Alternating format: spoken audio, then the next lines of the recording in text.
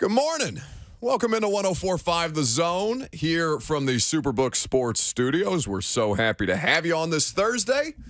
Got Lucas Panzica back there making it happen, and we are honored to have in studio the MV punter, Brett Kern, in the house. It's so good to see you. It is good to see you, too. This studio is beautiful. Yeah, they've been treating us right. It's been okay. Maybe I can talk you into doing a little more radio if we're going to have digs like this. We might have to, it's a little dark in here. Might have to open up the blinds, but I know that probably messes some things up. No, it is a bit of a bat cave, and somebody's going to yell at me about a ring light. But I think for at the leisure of the guest or at the pleasure of the guest, we should be allowed to open up the windows. So maybe this is beautiful. Fancy buttons over here, comfortable seat. You have plenty. You can have 10 people in here having a party, and it's just me. It's just you. Well, I'm here to be your assistant and have a good time. Yeah, you brought your laptop and everything. You got notes. Like, we're going to do a whole sports radio show today, bud. I did, yeah. It's some things, I figured we talk Titans and whatnot, and just kind of did a little dive this morning on some things, and it'll be interesting to talk about it. Which is called a tease. Look at that. The guy's already better at me at this job. Throughout the course of today's show, we're going to talk a lot of Titans. 615-737-1045 is how you jump in on the conversation. Ben Jones is going to be here at 11:15. This man, Brett. Bibb County's finest. He's a sicko. I tell you what, man. This guy. He's missed one game in his entire career. If you high go school, college, and pro. Yeah. It's he's a bit of a wonder to behold, and he will join us. I'm sure he's had plenty of discussion about the Mike Vrabel teardrops hugging in the tunnel situation. And Ben, superior tough guy among all tough guys, is going to love going back through the emotional experience that was. But we'll look forward to having Ben on with us. Hey, was the game he missed in high school and college or pro? Oh, I've just seen that. We'll have to ask him because I don't even know. But as you know, he came here in 2016. Yes, 26, because that was my first season. And I don't remember him ever missing a game as a Titan. So I know he's maybe missed at Georgia, naps, but maybe with the Texans he missed one. We'll ask him. Okay, that'll be at 11:15. Yet another tease throughout the course of the show today. We got some Vol stuff to get to as well. But how are you? What have you been doing?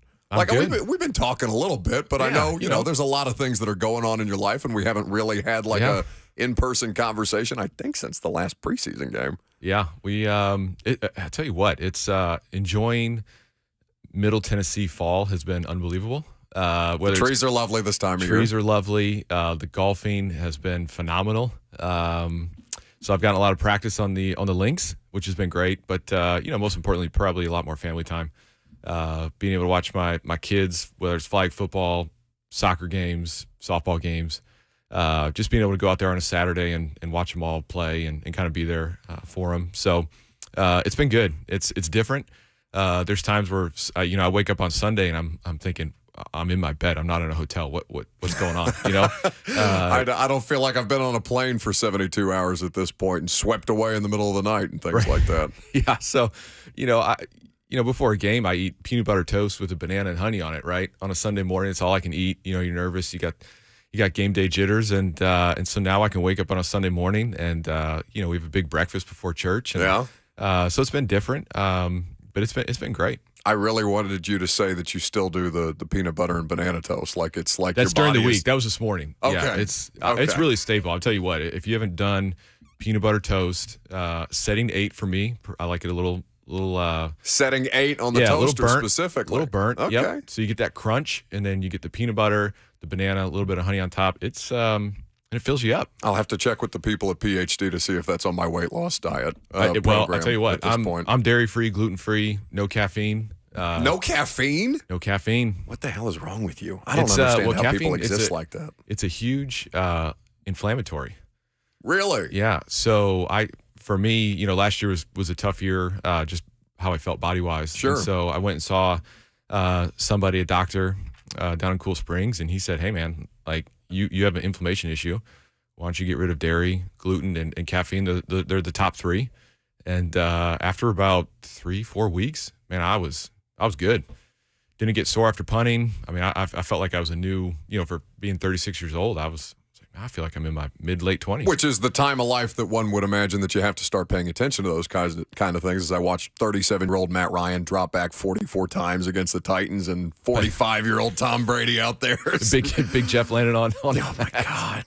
We're gonna talk to Brett about what he's seen from the Titans. He's brought in some notes. He is thoroughly prepared for today's show. But have you, it seems like it's the most common question all the time, but I mean, it's such a big part of your life for so long. And you talk about the amount of time that you have now to, do what you want and spend time with your kids and all these different things. But when you go from something so, damn near militaristic in the regiment. The routine, the rhythm. Oh, yeah. Right? Yep. So when you go from that to what the last, 2 months now, about 2.5 months now have been like for you, is it jarring at all? Like, did it take a second? Or are you like, hey, this is great. I've done this for, 15 years. I'm good for a hot second. Yeah, I think what was crazy is opening weekend, my wife and I we were just like, let's just get the kids. Let's just go somewhere just to kind of get away for a little bit. And so we went down to Atlanta because my daughters have been watching this show on Discovery Plus on the Atlanta Aquarium. Okay. And, they got the names for all the animals and whatever. And so I said, well, why don't we just go down there? Let's just go to the aquarium. We'll stay overnight.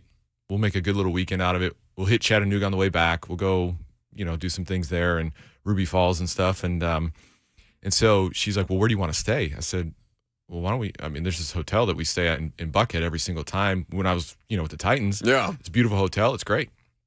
So we have a great time at the aquarium. We come back, get to the hotel, and I looked, we're pulling out of the parking lot, and I see the curtains. And the curtains are where when there's a NFL team, they put up these huge curtains, and they have security there like, hey, if you're with such and such team, you can go past these curtains. This is where your food is, meetings and all that stuff. And I'm thinking, oh my goodness, there's a team staying here. Somebody's here. And the Saints were playing the Falcons opening weekend. Yeah. And so I'm thinking, oh man, you got to be kidding me. I'm trying to get away from it, and here we are. Somebody find you and ask you for a workout? No, so we walked into the lobby, and there's Will Lutz, who's the kicker for the Saints, and he's like, hey man, what are you doing here? Is something wrong with our punter, or what's going on? I'm like, dude, I'm just here on a family vacation, man. We're just trying to get away. So, we've been able to do a lot of fun things and whatnot, but it's been different. Just when you're in something that's so much of a routine, this is when you work out, this is when your meetings are, this is when you're punting, this is when your recovery, all that kind of stuff. To go from that to now I have to do that on my own. It's been a little bit of adjustment, but it's been nice. Like, it's like yesterday. It was cold and windy. You got punt period. It's Wednesday. Your first practice, you got punt period. I didn't have to punt. Yeah. If I don't want to kick in that, I don't have to. So I'm gonna wait till tomorrow when it's supposed to be warmer and less windy. Get to make your own schedule. Make your own schedule. It's a whole different world, a brave new world for Brett Kern, who has decided to venture into our world for at least the next, about 2 hours you're going to spend in studio with us, right? Yeah, 12 o'clock should warm up a little bit, enough to play 9 holes before I got to get the kids. It's a beautiful thing. We can also do the thing that Sports Talk Radio is built to do. We can take calls. If you have questions, you want to talk to Brett Kern, 615-737-1045 is how you jump in on the conversation. Obviously, a lot of Titans talk to do as well. Now, I've been warned about the call that's sitting on the line right now. Because, Brett, we have you've been listening to it. You catch the show from time to time. I try to get morning, taking the kids to school. Okay. When I'm out doing some errands here or there, I hit this show up, Blaine and Mickey, get 3HL. I kind of dab in the well-rounded sports talk radio well-rounded, experience. kind of dab in each, So we have a dude that calls us with a different name every day and a different professional wrestler impersonation voice. Now, we don't know anything about wrestling. Are you somebody who pays attention to that? Absolutely not. Okay, excellent. So this will be great to do out of context with the three of us probably not getting the latest reference from Bill in Buffalo. Hello, Bill. Hey, I don't know any Bill from Buffalo. This is Bobby from yesterday. Monsoon and I just got done wrapping up taping of the primetime show in Nashville. And I want you to know that I'm a busy man, Rising. My time is valuable. I had Steven Spielberg on one line. I had Gisele Bundchen on the other line. I chose to talk to you nitwits instead, and I got hung up on like I'm some ham and egger. I want to thank Robert for getting things straight over there. A good kid, but let's face it, not the brightest. It still takes him 2 hours to watch 60 Minutes. So I got a question for Kern there, if he doesn't mind. Go ahead. Sir, is it true that kickers and punters actually put on a hat and a bandana over their face like in the Old West when they take their paychecks in the NFL?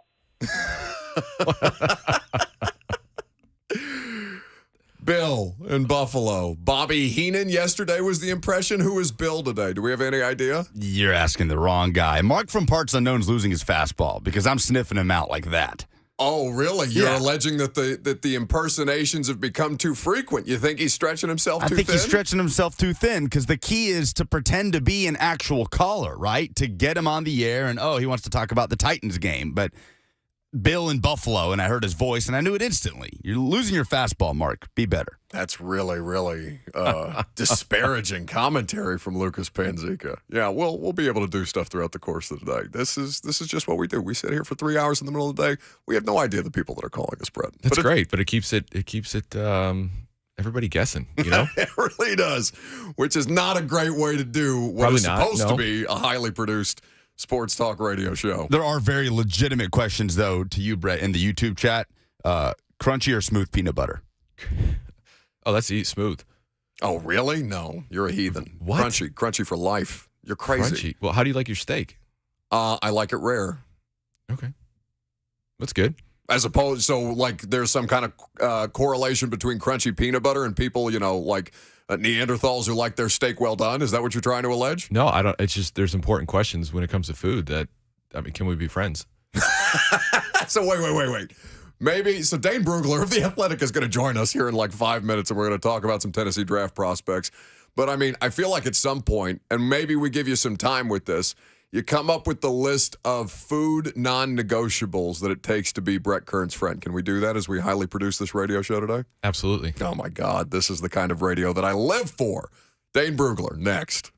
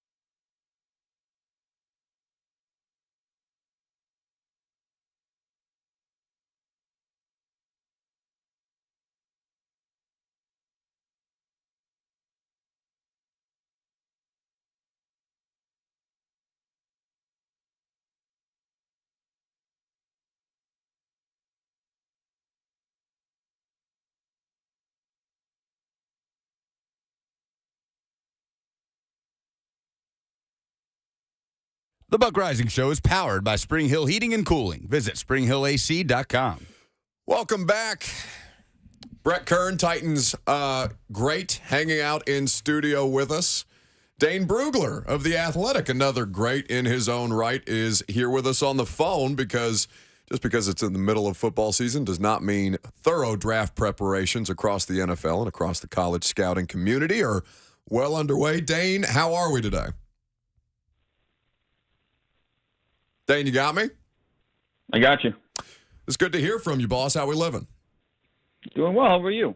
Man, we're doing okay. We're just kind of caught up in how much fun Tennessee football has been throughout the course of this season. And Brett Kern was just noticing the amount of touchdown receptions Jalen Hyatt already has on the season. And the idea that he's one away from tying the program record is kind of crazy to us so far. What have you made of these Tennessee of this Tennessee offense in particular before we start to talk about individual prospects? I mean, they're number one in the country in terms of scoring offense, over 50 points a game. I mean, when's the last time you said it was fun to talk about Tennessee football? It's been a while. It's been some time. There's I'm old enough to remember, Peyton Manning and 90s Tennessee but there's a whole generation of people that are, I think really being introduced to the fun that Tennessee football can be. And so it starts with the offense, obviously, and with Hendon Hooker at the helm. And I don't think the receivers, the depth chart they have, gets enough credit. I mean, Cedric Tillman came into this season as arguably the top senior receiver prospect in the nation. And he's missed the last month with that ankle injury. So to see these other guys step up, whether it's Brew McCoy or Jalen Hyatt, it's Jalen Hyatt coming into the year, we knew he was fast, but could he be a more complete receiver? Could he make more of an impact? And he sure has. He leads all of FBS in receiving touchdowns, like you mentioned. I mean, it's been a lot of fun to see it play out. And so, they've got a lot of work to do, as much fun as it has been. Can't overlook Kentucky this week. It's easy to with going to Athens next week, but Kentucky's arguably maybe the best defense they've faced so far, just depending on what you think of Alabama. So there's a lot that we still have to learn from these guys, but the ride has sure been fun so far. Well, I'm glad you bring up the defensive side of the ball and that matchup coming from obviously they've played UT Martin in between the Alabama game and when they'll host Kentucky this weekend. But looking at the way that Alabama played them defensively, it's the way that Alabama plays defense, right? You're going to get the opportunity to get one-on-one matchups against them, and it was crazy to see, the lack of adjustment, I guess, at least from my standpoint, on the Alabama defense to continue to allow these one-on-one matchups to take place. Because Josh Heupel's going to get somebody open. We've seen, even though he plays this tight rotation of wide receivers, there's really not a lot of snaps to go around beyond the top four. It was crazy to me to see the way that Alabama continued to play them that way, and all of a sudden you've got Jalen Hyatt running wide open for 5 touchdowns. And Alabama knew what was happening. They knew what was coming. I mean, if you watch that LSU tape from the previous week where Tennessee just dismantled that LSU defense, it wasn't a surprise. And so the fact that Alabama wasn't able to come in with a better game plan or adjust in the second half was absolutely a big surprise. But I think, again, we have to give credit to Hendon Hooker. He, especially that final drive, making those 2 clutch throws to set up the game-winning field goal. I mean, his heartbeat is just steady. It doesn't matter the situation. It doesn't matter the scoreboard. Being a 6-year senior, being a 24-year-old quarterback, he's played a lot of football, and the moment wasn't too big for him. And I don't think the moment will be too big for him this weekend against Kentucky, next weekend against the number 1 team in the country, Georgia. So, I think when you have that at quarterback, that makes a lot of things go a lot smoother on both sides of the ball. Sure. Tennessee's going to give up points. There's no question. And with Will Levis for Kentucky coming to town, it'll be a big test for Will Levis going up against a defense that, there's some vulnerabilities on that side of the ball. And so can Kentucky score enough points to keep up with Tennessee on the scoreboard? The Athletics' top draft analyst, Dane Brugler, hanging out with us here on 104.5 The Zone, talking about some of these Tennessee specifically draft prospects. Has anybody or any player helped themselves more this year than Hendon Hooker, Dane? Yeah, and he was well liked coming into the year. Viewed as kind of a fourth, fifth round type of guy. There's a lot to like off of last year's tape. Obviously, his ability to take care of the football in terms of interceptions. His touchdown interception ratio was remarkable last year, and it's even better this year. And right. So being able to take care of the football, the fact that he's an athletic scrambler, he's not just a pocket guy. He can get out and buy those extra half seconds. He's an instinctive athlete, which you really like to see. He's got that smooth stroke, tough, he'll stand tall in the pocket. He gets up after every hit. So the intangible factor, that plays a part in this as well. And it's just been a lot of fun to see. Watching him at Virginia Tech, you didn't necessarily see a lot of that. And then even when he goes to Tennessee, he wasn't even the starter to begin last year. But once he got in there and once he got comfortable, it's been really fun to see him develop. Now, the biggest thing with him, I think, will be that offense. It's a very quarterback-friendly offense. Like we kind of mentioned, it's designed to spread out the defense where the receivers are lined up outside the numbers, and it creates a lot of space for that defense to cover. So see a lot of slants, a lot of crossers over the middle of the field. That up-tempo feel that they have, it's just fast. And so his ability to operate that offense and keep the defense just trying to catch up. It's just a really good match for both the quarterback and for the play caller. Now, how is that going to transition to more of an NFL style of offense? That's the big question. And that's something that, that's why we're not talking about Hendon Hooker as a slam dunk first round pick. I mean, he's more viewed as a guy that's gone from a, fourth or fifth round guy to maybe a day two player. If he finishes as strong as he has started this year, he'll be a day two pick. It's just a matter of how high. Among the wide receivers that they have at this point, we haven't seen a full sample size of Cedric Tillman. Obviously, it remains to be seen whether he ends up playing against Kentucky this weekend or not. But as you look at the offense, as you mentioned, and the opportunities that it creates, not just for the quarterback, but also for the skill position players, is Cedric Tillman or Jalen Hyatt, like, who is viewed as the better prospect at this point? I know they're different wide receivers theoretically, but they're obviously, producing at a high level when they're operating within this system. And I wonder how the NFL views those two specific guys. Yeah, I mean, I think you nailed it. It depends on what teams are looking for. If they want that big-bodied pass catcher who, he's big and he's physical, but he also has a little make-you-miss in him. He can make that first defender miss. He can be a catch-and-run threat. But you love how physical he is. He can beat press.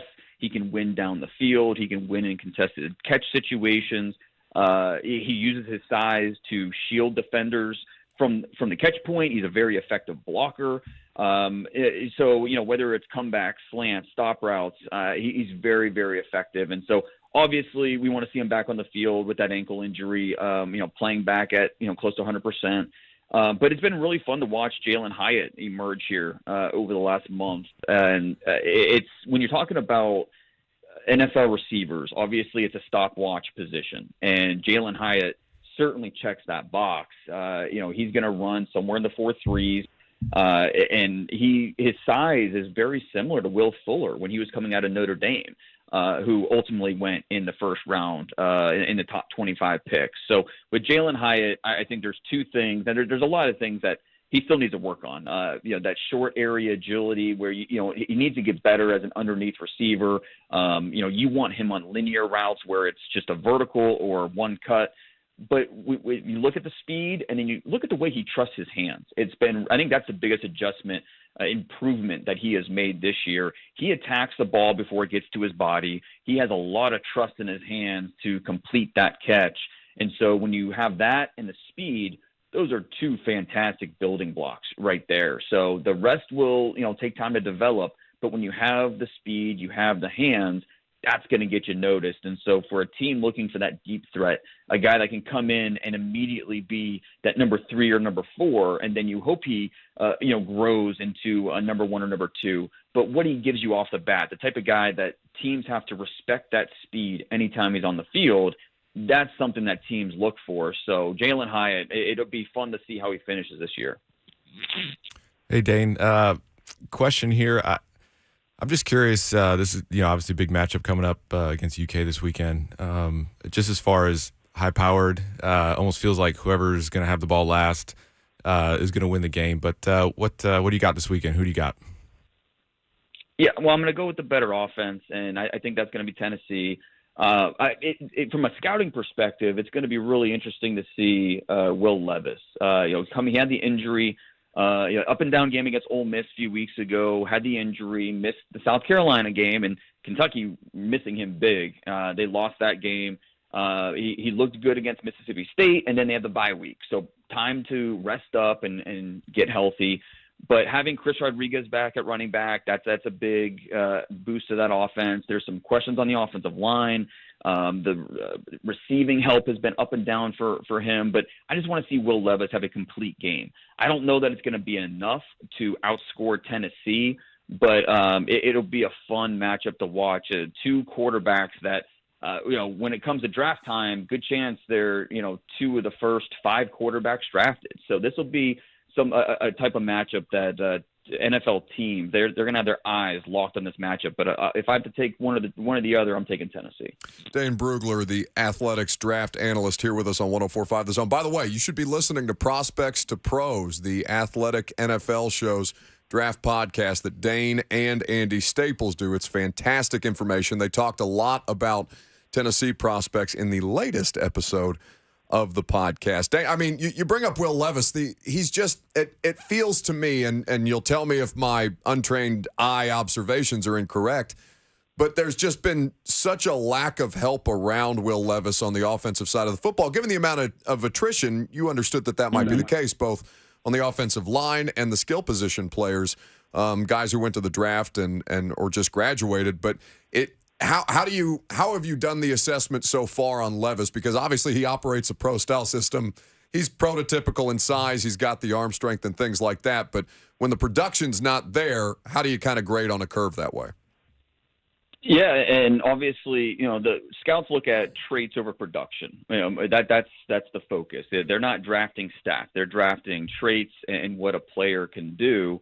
But obviously, especially at the quarterback position, you want to see him put up those big numbers. You want to see him be productive.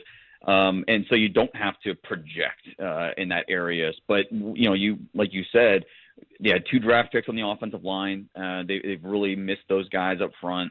Wan'Dale Robinson was a second-round pick to the Giants, and they really haven't been able to replace him. And they've got some talent. I mean, Dane Key as a freshman has been really good. Tavion Robinson, transfer coming over, has been a nice addition to that receiver core. But for the most part, I think you're right. He doesn't get as much help, but it's kind of refreshing to see him run that pro-style offense.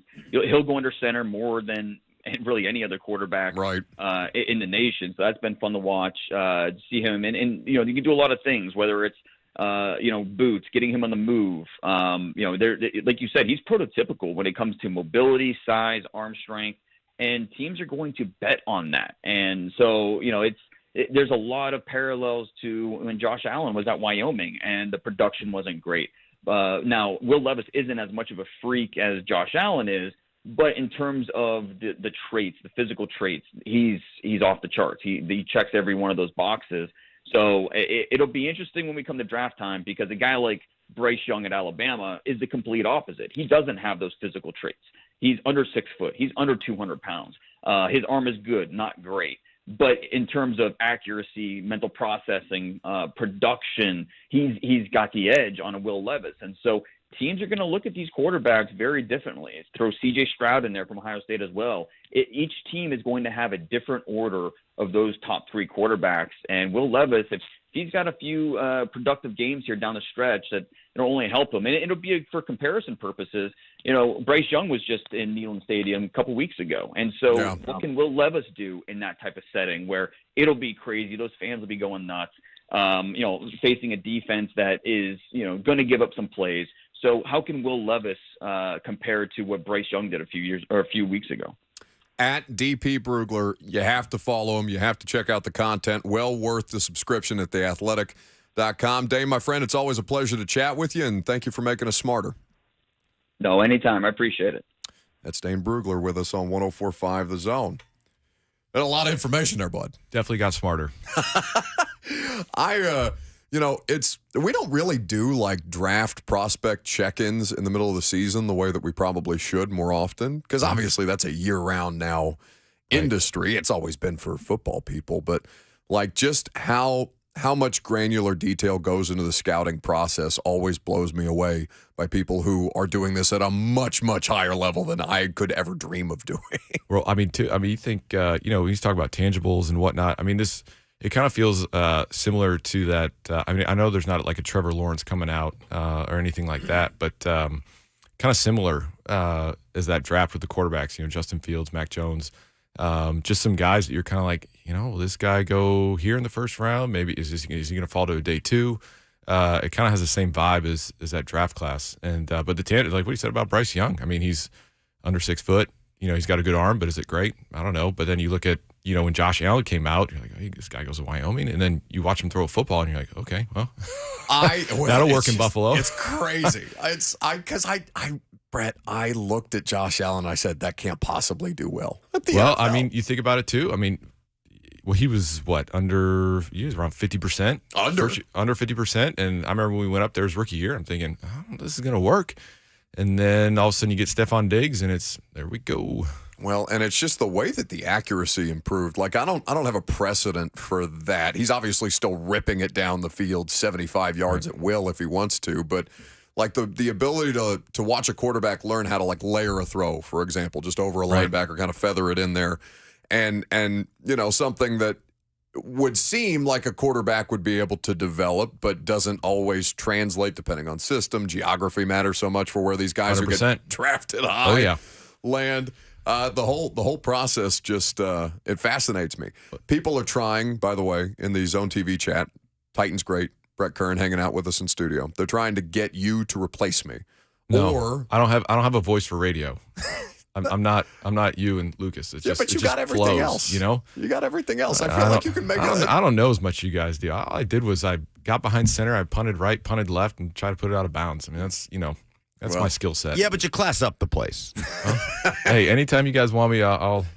I got a lot of free time, so. Buddy, careful, because we will call you. The Jake Downard on YouTube says, the punter and the pretentious every day, 10 to 1 on 104.5 The Zone.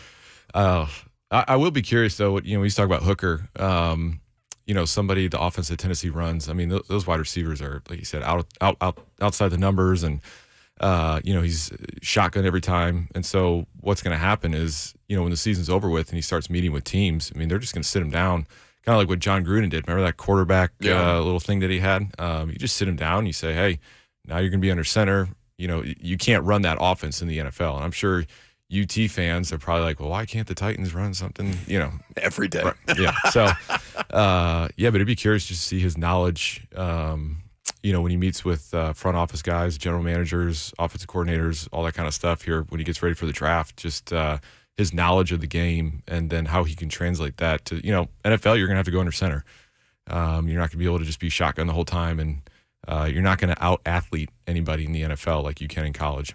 Always important to remember from somebody who knows it better than most. Speaking of the Titans, we have been trying to figure out how the hell this year's team is 4-2. We've struggled with this question mightily. Might have a little insight to that. Why don't we do that? Coming up next, Titans great Brett Kern hanging out with us in studio. Your phone calls always welcome. 615-737-1045.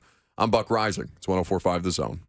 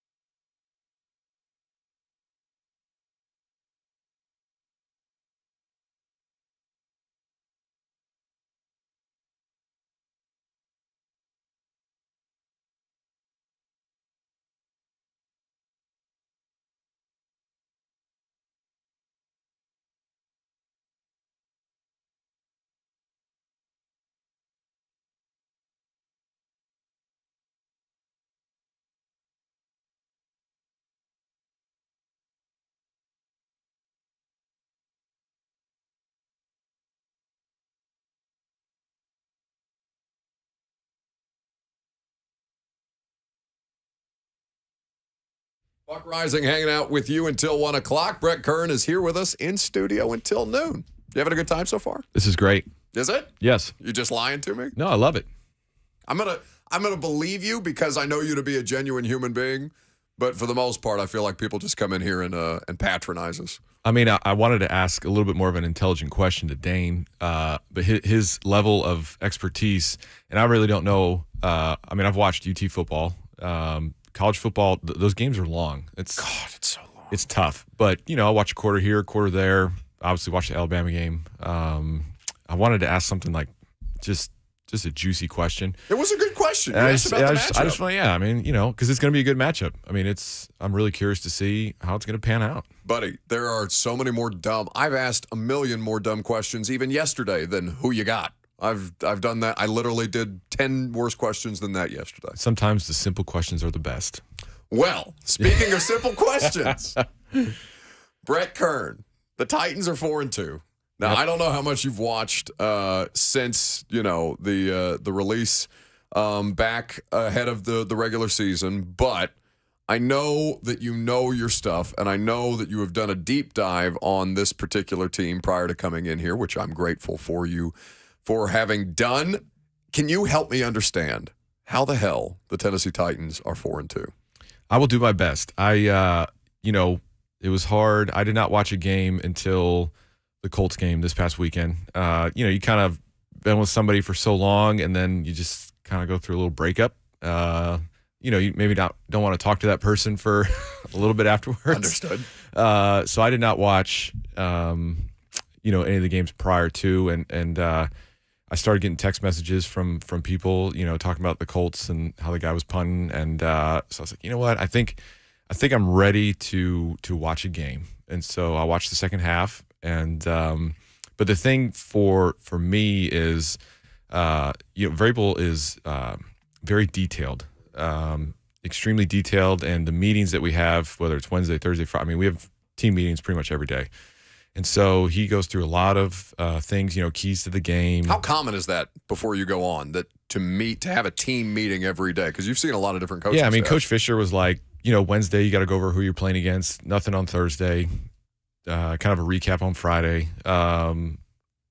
Munchak was the same. Wiz was every day. Malarkey was every day.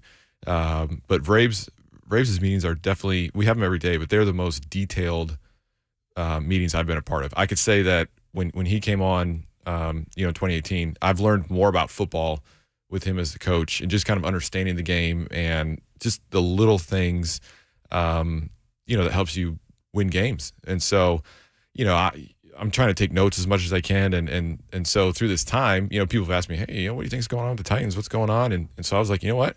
I'm just going to go back to some of these notes that I got. Probably look. And I'm going to look, and I'm going to see. And so when we talked about doing this, I said, the question is, why are the Titans 4-2? And so really the three things, when I was going through my notes, the three things that really popped up that Vrabel really talks about a ton, and it's pretty much every week.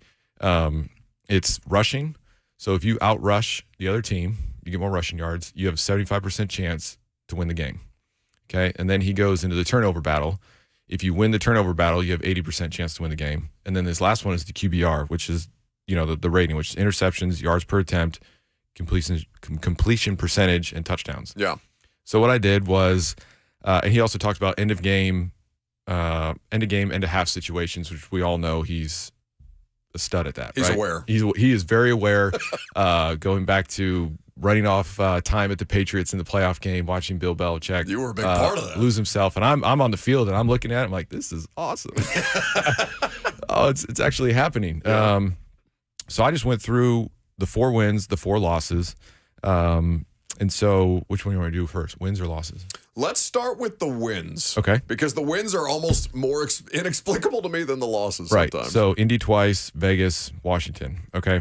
So if you go through, we'll just put it this way. In their 4 wins, they are 3 for 3 against Indy, 2 for 3 against Washington, 3 for 3 against Indy again, and 3 for 3 against Vegas. In winning those specific criterias, right? You outrush Indy 138-65. They have 3 turnovers. You only have 1. Tanny goes 83.8 to 76.2. You outrushed Washington. They had one turnover. We had none. Now that's the one where Carson Wentz, 102 to Tanny's 95. Yeah. But you still won 2 out of the 3. And Tannehill did not turn the ball over. No turnovers. That was the only turnover of the game. Right, which was obviously what sealed the game for you, right? Yes. Huge turnover. You go Indy again, 127 to only 38. 3 turnovers to none. Tanny 125 to 109. And then Vegas 109 to 96. Close. They were even on the turnover battle. And then 98 to 85 with QBR. So I think you can go through a lot of different things, but really you can look at a ton of different stats. You say, oh, the Titans are only giving up 27% on third down. That's a great stat. That's awesome. But really, when you come down to what it takes to win a football game in the NFL, these are the 3-4 stats that are really, really important. Because now if you go to the losses, which I know we don't really want to talk about much, but the Giants. Listen, I had a field day after Buffalo. Are you kidding me? Right. So Giants, they rushed for 238. We rushed for 98 or 93. They actually had 2 turnovers. We only had 1. So, but when you rush for 238 to 93, that's enough of a margin that's going to affect the outcome of the game. It's explosive plays. Explosive, right? And so then the QBRs 115, Tanny 106. Still a great day for him, but you lost. You only won 1 out of the 3. You go to Buffalo, they went 0 for 3. Rushing wasn't too bad, 101 to 80, but we had 4 turnovers, and Josh Allen 128, and I won't even bring up the QBR for Tannehill. It's a little different.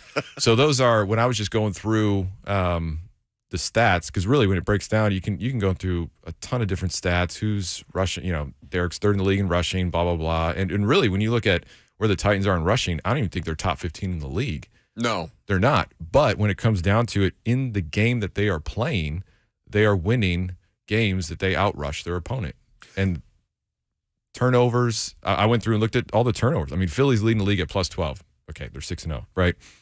But if you got 15 teams that are on the plus with turnovers, and 10 of those teams have winning records. Right. And the teams that they're 3-4, like they're close. It's not like a team that's 1-5 is plus in the turn. It's not happening. 2 teams have 0. They both have winning records. They're flat even on the year.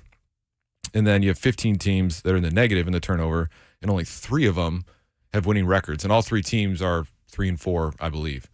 So it's just, those are kind of the stats when I was looking at it, and we were talking about, hey, wow, the Titans 4-2. Well, if you take it just by individual game stats, the games that they're winning, this is what's happening. The games that they're losing, this is where they're losing. And that's, for me, it's not plain and simple, but when you put it out on paper, it's kind of plain and simple. Well, and that's it is that, and I want to have more room to kind of work on this, and we're kind of up against it. But I think my larger point, as I've spent more time covering football is not a complicated game. It's just very, very detailed, right? Yes. And so when you kind of go through all the different numbers that are at your disposal, and it's become kind of like football, or rather baseball and basketball, in the way that you can overanalyze things, and you have ways to evaluate after the fact and have, more quantifiable evidence of something that you're seeing or not seeing from individuals, from teams, from units, whatever the case may be.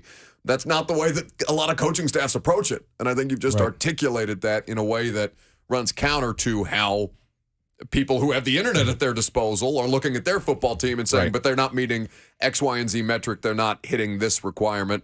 When in reality, the coaching staff is sitting up there in front of you on a day-to-day basis and being like, hey, turnovers, QBR, in the case of the Titans, let's outrush the opponent. Right. It seems like it should be more difficult than that, but it's not. And there's, like I said, there's so many stats that you can look at. You look at third down percentage. I mean, you could look at, well, who are the receivers that are, Austin Hooper? What has he done here? Well, he just got you 3 catches in moments that were huge. He showed up in the one game that you needed Austin Hooper to show up. That's right, and that's just how the Titans are. That's pick 6, right? I didn't even know. I was like, well, who? I mean, he went in training camp, Who? Andrew Adams? Yeah. I was like, my wife's like, Andrew Adams, where was he in camp? I'm like, no. I mean, that's just what they do. They find guys. They bring them in and they say, hey, look, guys are going to get hurt. There's a 100% rate of everybody getting hurt, whether it's from me to Tannehill, like you play hurt. That's just what it is. It's the NFL. And so they bring guys in and say, hey, this is your moment. to shine. This is a moment to help us win a football game, and they rise to the challenge. And that's just, it's hard to explain, but he's. It's really not though. I think It's not. Yeah, but he's so good at that and motivating players. And I find myself like coaching my son's flag football team, and I'm like, hey, effort and finish. And I'm thinking, oh my goodness, what what's going on? In a little nicer tone than Vrabel, I'm quite certain. We have time for phone call, 615-737-1045. We got a loaded second hour. Brett Kern sticking around. I'm Buck Rising. It's 104.5 The Zone.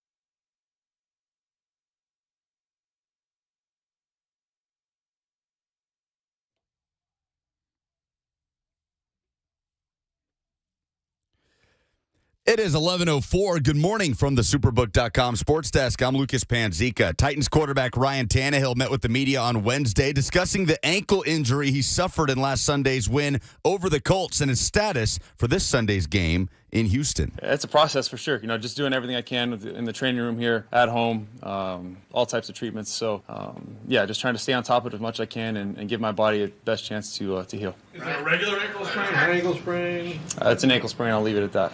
Titans coordinators will meet with the media today before practice. Titans center Ben Jones will join the Buck Rising show coming up at 11:30. Thursday night football tonight is in Tampa. The Bucks looking to bounce back from a 21-3 loss to Carolina as they host the Baltimore Ravens. Kickoff at 7:15. Catch the Westwood One call right here on 104.5 The Zone. And a report from Trey Wallace, Tennessee defensive back Jalen McCullough, after being arrested for felony aggravated assault, has been cleared to play after new evidence sheds light on the alleged assault incident. So McCullough will look to make his return this Saturday when Tennessee hosts Kentucky. For all your foundation repair and waterproofing needs, visit USSTN.com. Breaking news at once in your home for the Titans and Vols. This is 104.5 The Zone.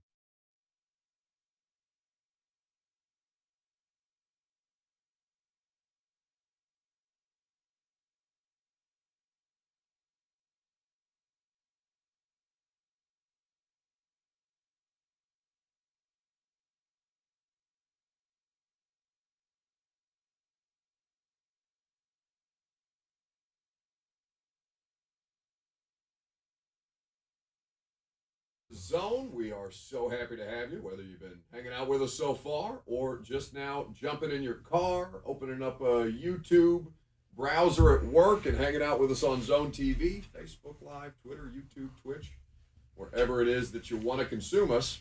We always appreciate the time that we get to spend with you from 10 until 1. Brett Kern, speaking of talking to the NFL's best and brightest, got one of them among us for another hour today. We're grateful for the time that you spent so far, buddy. Absolutely. It's been fun. Lucas Panzica is back there making it go. We have much more important football analysis to do, but before the end of the hour, before Brett leaves us, I have to remember to chew out Lucas. Let's go. For a public appearance. I won't do it off the air. It needs to be done on the air for exactly the reason that I think you'll appreciate as well, buddy, even as it's probably going to be shade thrown your way. What has been done? Nothing yet. Thank you for listening to the show, as always. If I can get it, speaking of retention, you and I were talking about attention spans during the commercial break. If I can get him to listen to 50% of a show, I'm killing it. It's a heavy lift. I see him with that Celsius back there too. No free shout-outs? Unless you're David, sorry. Haven't seen any Celsius on Tannehill's social media profiles in a while. That was so stupid. Oh, my God. It was exhausting. So you went through, Brett just did an incredible analysis of, and really the fundamental approach of the way that a football team approaches their team keys heading into any particular matchup. Now, this is a divisional game. These are obviously two opponents that know each other very, very well, between the Titans traveling to Houston to take on the Texans this year. But the thing that I want to focus in on is Tannehill for the time being. Because, Brett, you watched the game. You saw him get hurt on the first snap of the fourth quarter. Yeah. It did not look good. No. But he walked out there, strutting yesterday. He's limited in practice, and he said as much that he anticipated being limited, and Mike did as well. But he came in and finished that game in a way that looked deeply uncomfortable behind an offensive line that, I understand is doing the best they can possibly do to protect him, but has not been overwhelmingly successful at that objective so far this year.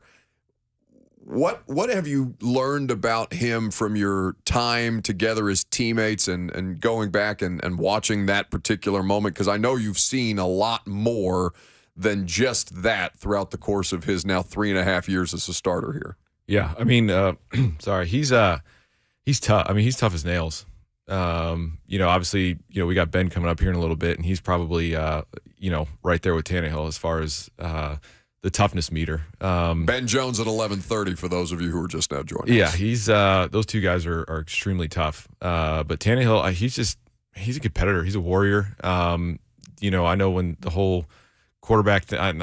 Some people probably are like, oh, I don't want Tannehill here. You need him out of here. Blah blah blah. Just after the playoff game, and we should have had you in that January. It was a wild month for us the rest of the way through. Yeah, I bet. But he does what's asked of him, and I think he does a lot out there that people don't really realize. He commands the offense, and honestly, the relationship that him and Ben have. I mean, Ben's been one of the consistent staples on that offensive line for a long time, and he's been able to, help Tanny out as far as calling out blitzer. I mean, all that stuff that goes into it, and the communication that they have is huge. And so, but he's just. It's not going to be something where he's going to go out there and Mahomes it or, Joe Burrow it, go out there and throw for 350, but like when I was doing the stat stuff, like I'm looking into it, I'm like, man, Tanny's doing great. I mean, he's been so far from, and it's funny to say that they've had a bunch of problems at 4-2, but obviously the injuries have derailed again so much, Brett. I thought it was totally unrealistic to think that you guys could go 2 seasons like this, but it's on the exact same track, man. It's pretty bad. But the way he communicates to his receivers in practice, he tells them like, hey, look, if you're going to run this route, like you better be here because I will throw you the ball. And so he just expects a lot out of guys because he knows when he's back there, like, I mean, he's got the most important job, and his job, Vrabel always talks about, when you have that football in your hands, you are representing the city, you're representing this ownership group, you're representing this team, you're representing guys that are trying to feed their families. It's a lot of pressure. It's a lot of pressure, a lot of responsibility, Mike. But he owns up to it. He takes it. And so, just looking at some of these stats, I mean, it's 92.7 on the year, and for me the thing QBR. The QBR, and he's got 1 pick, and it's he's helping him. He's putting him in positions to be effective in these 3 categories. Isn't that? I mean, I know to say that isn't that all that needs to be done is probably too basic, because obviously there are moments when in any, even though football is a lot more complicated, there's a lot more working pieces and parts that all have to work together symbiotically, and the football is just weird shaped and awful things can happen if it takes a wrong bounce at any given moment that no matter how much analysis and statistical study you do, you cannot possibly predict, right? Right. But for him, in the way that they play, in the way that you've seen them play, really, I mean, even going back to Marcus and Art and even LaFleur, like there was still this general train of thought until they kind of figured out halfway through Matt's tenure here as OC that Derek was going to be the thing. Okay, let's work it that way. And then quarterback is a complementary piece. Isn't that all he needs to be? It's not that basic. It's obviously hugely important, but is it not more important than him being overwhelming and making all these plays independently of the offensive structure that he's supposed to be operating in? Right. I mean, he fits what they want on offense, right? I mean, we all know what the Titans want to do on offense. It's give the ball to Derek, run the ball. And so what you need then is for Tannehill to be efficient, right? You don't need him to turn the ball over. You don't need him to, go out there, throw the ball 40, 45 times, right? Because then you're getting away from what this team is good at, and that's running the ball and just wear you down. I mean, it's, for example, like on Sunday, like Derek gets the ball in the 4th quarter, they need a first down, game's over with. I mean, it's really 3-4 yards that he got. Yeah. And then here comes the whole crew, offensive line, and you push somebody 6, 7, 8 yards for a first down. And so he knows, like, hey, my objective is not to turn the ball over, to be efficient. I mean, he knows obviously what the QBR, what goes into all that kind of stuff, but and he does a really good job at it. And and like I said, I mean, we've talked about this before, the hits that he has taken, and that the fact that he's still out there, he's still playing. What do you have, 49 in a row? Yeah. That's pretty remarkable. He broke Steve McNair's record. Yeah, and you're coming from somebody that my locker was next to him since he's been here, and having conversations with him and understanding what he goes through with his body week in and week out, it's just I give a ton of props to him because he's really the leader back there that is helping this team win football games.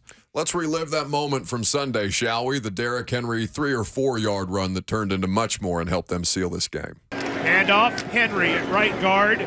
Moving the pile, still moving the pile. Titans pushing the pile. 50, 45, and he's down. Henry's over 100. Ben Jones stands up and says, "More, please." Wow. That's a first down for the Titans as we go under 3 minutes to play. That's the great Mike Keith. Mike Keith on the call. That guy. How does that not get you fired up?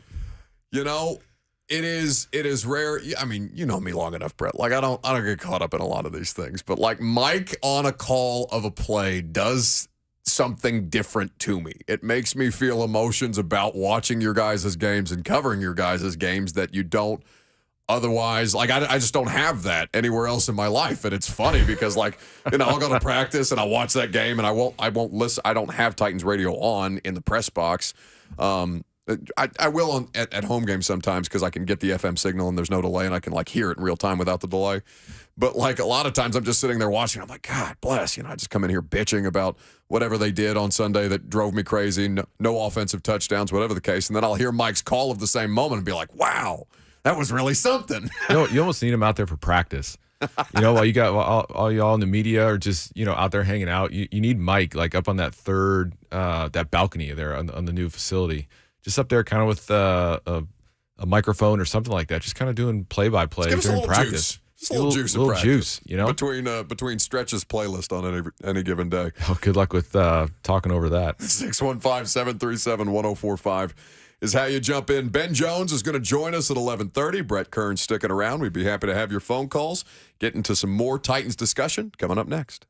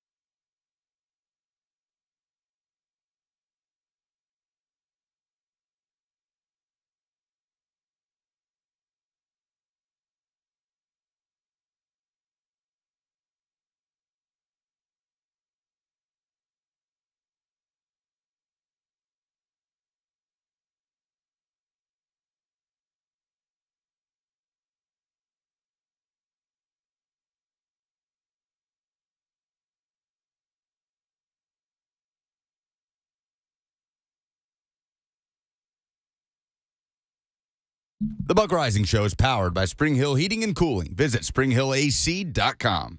Certainly is. Brett Kern in studio with us, not powered by caffeine, nor dairy, nor gluten. Just got my water. I got a big water jug, too. There we go. 64 ounces is what you're supposed to get a day. There you go. Probably no, you got to do half your body weight. Half your body? I don't want to talk about half my body weight. Oh, you're looking good. I told you that when we first came in. I mean... Well, you're very kind. We're it's a work in progress. 200 by Super Bowl is the goal. Shout out PhD weight loss. So I decided to fat shame myself on the internet all summer, and turned out we got a deal out of it, which was swell. So shout out PhD weight loss. Squeaky wheel. But we are going to have Ben Jones, Titan Center, here in about 6 minutes. Brett's going to hang out for the interview, and we'll have a good time before the Titans hit the practice field. Today, there's so much that goes on throughout the course of an NFL practice that we don't have access to. You know, there's just a million different nuances and details, and we've talked about keys and meeting rooms. But like on a day like today, when you have such a regimented schedule, Thursday is what was a Thursday look? What did a Thursday look like for you and for the team as you kind of got ready for a Sunday week of work? Yeah, Thursday's kind of your last day. You know. Friday or Wednesday, you're installing a lot. Thursday, you're kind of working on what you installed, and it's really kind of the last day. Whether you're in shoulder pads, Vrabel sometimes full pads. You know, early in the season, maybe. But I think with injuries, not right that's now, probably Wednesday injury. Was a walkthrough. Yeah, I was going to say early on this season you can do that, but as the season goes on, obviously depending where your bye week falls, when you get your Thursday night game. But yeah, Thursday is kind of your last day to kind of, if you got pads on. You know, you can kind of go through what you did on Wednesday, because then when you get to Friday, you know, you call it Fast Friday. I mean, it's, you know, you're probably trying to get an interview after Friday's practice. Nobody wants to talk to me on impossible because Friday, everybody bro. wants to go get their hair cut or, you know, see the massage person, whatever. So I have done, for those of you who don't know, there's a barber that comes to the Titans locker room on Fridays. A lot of dudes get their hair cut. I have been so desperate as to bother somebody I'm pretty sure it was Jonathan Cyprian, the first guy that I asked for an interview while he was getting his hair cut, because just zero people, and Sip was a lovely guy, so he was down to do it. But like that's the only time you can get them to sit still on a Friday, it feels like. Yeah, it's Friday's tough. It's, you know, I think because Wednesday and Thursday, there's so much that is put in, so much of install, and practices are a little bit more demanding. For the guy, you know, it's this punt, right? But, you know, for those guys, I mean, Wednesdays and Thursdays are hard. And so when you get to Friday, you're kind of like, all right, hey, you know, we did red zone, you know, third down stuff. And then you're just ready to go. You're ready to get back and maybe pick the kids up from school or just kind of enjoy your Friday a little bit.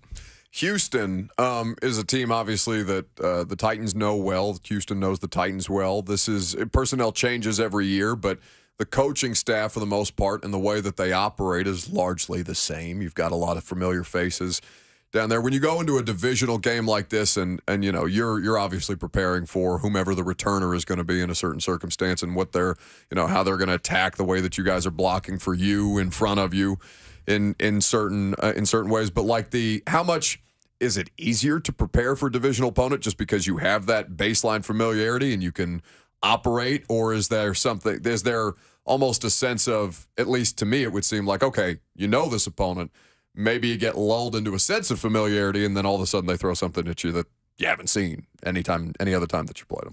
Yeah, I mean, Houston's a little different, just because of the whole ownership, you know, Titans being in Houston. There's a little bit more to it.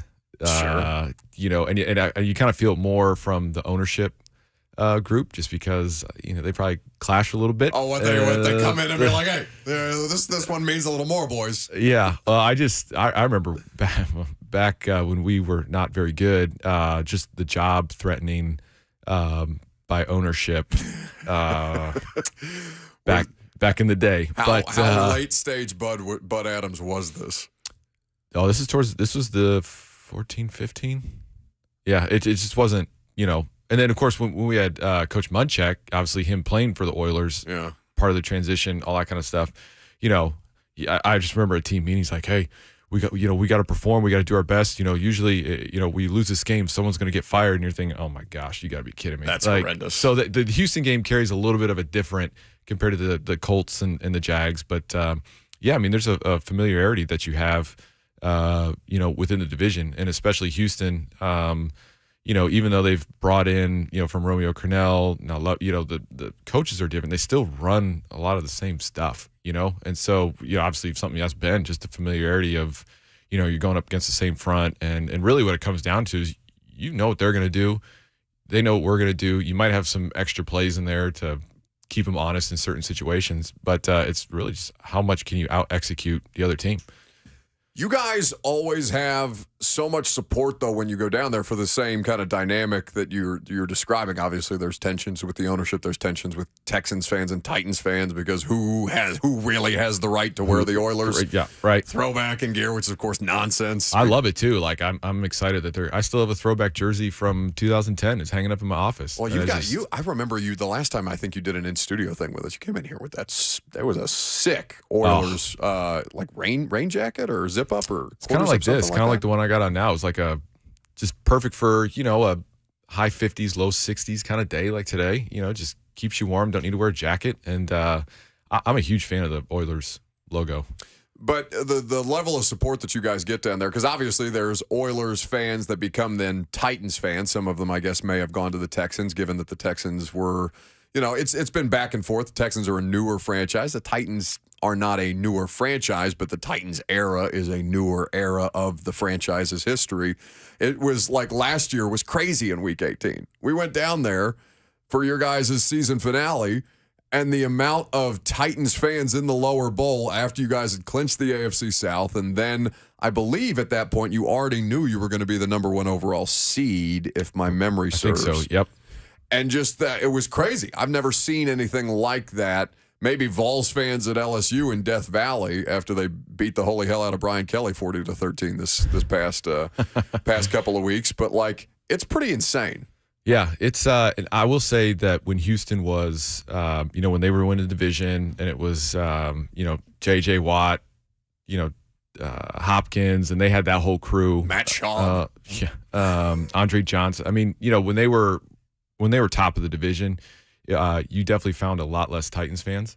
But then obviously I think things have switched a little bit to the point where, like you said, I mean, after the game last year, even myself, I was like, wow, this is we got a good turnout, you know? And there's people that are loyal, that are from Houston that are just loyal to the organization, from the Oilers to the Titans. And then there's people that you kind of have the little bit younger generation that are just like, hey, I grew up with the Texans. Like this is what I know. I don't really know much about the Oilers. But then and even after when we clinched the division, I think it was the year before off Sammy Sloman's kick, right? Yeah. I mean the turnout for there too it's like this is really awesome. Sam Sloman, legend for all time. I still can't believe that. Oh man, what an experience. That was wild.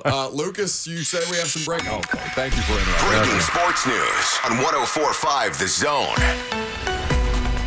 Kadarius Toney has been traded from the New York Giants to the Kansas City Chiefs. According to Jordan Schultz, a conditional 3rd and 6th rounder go to New York. Carry on. The rich get richer. Brett just rolled his eyes and sighed.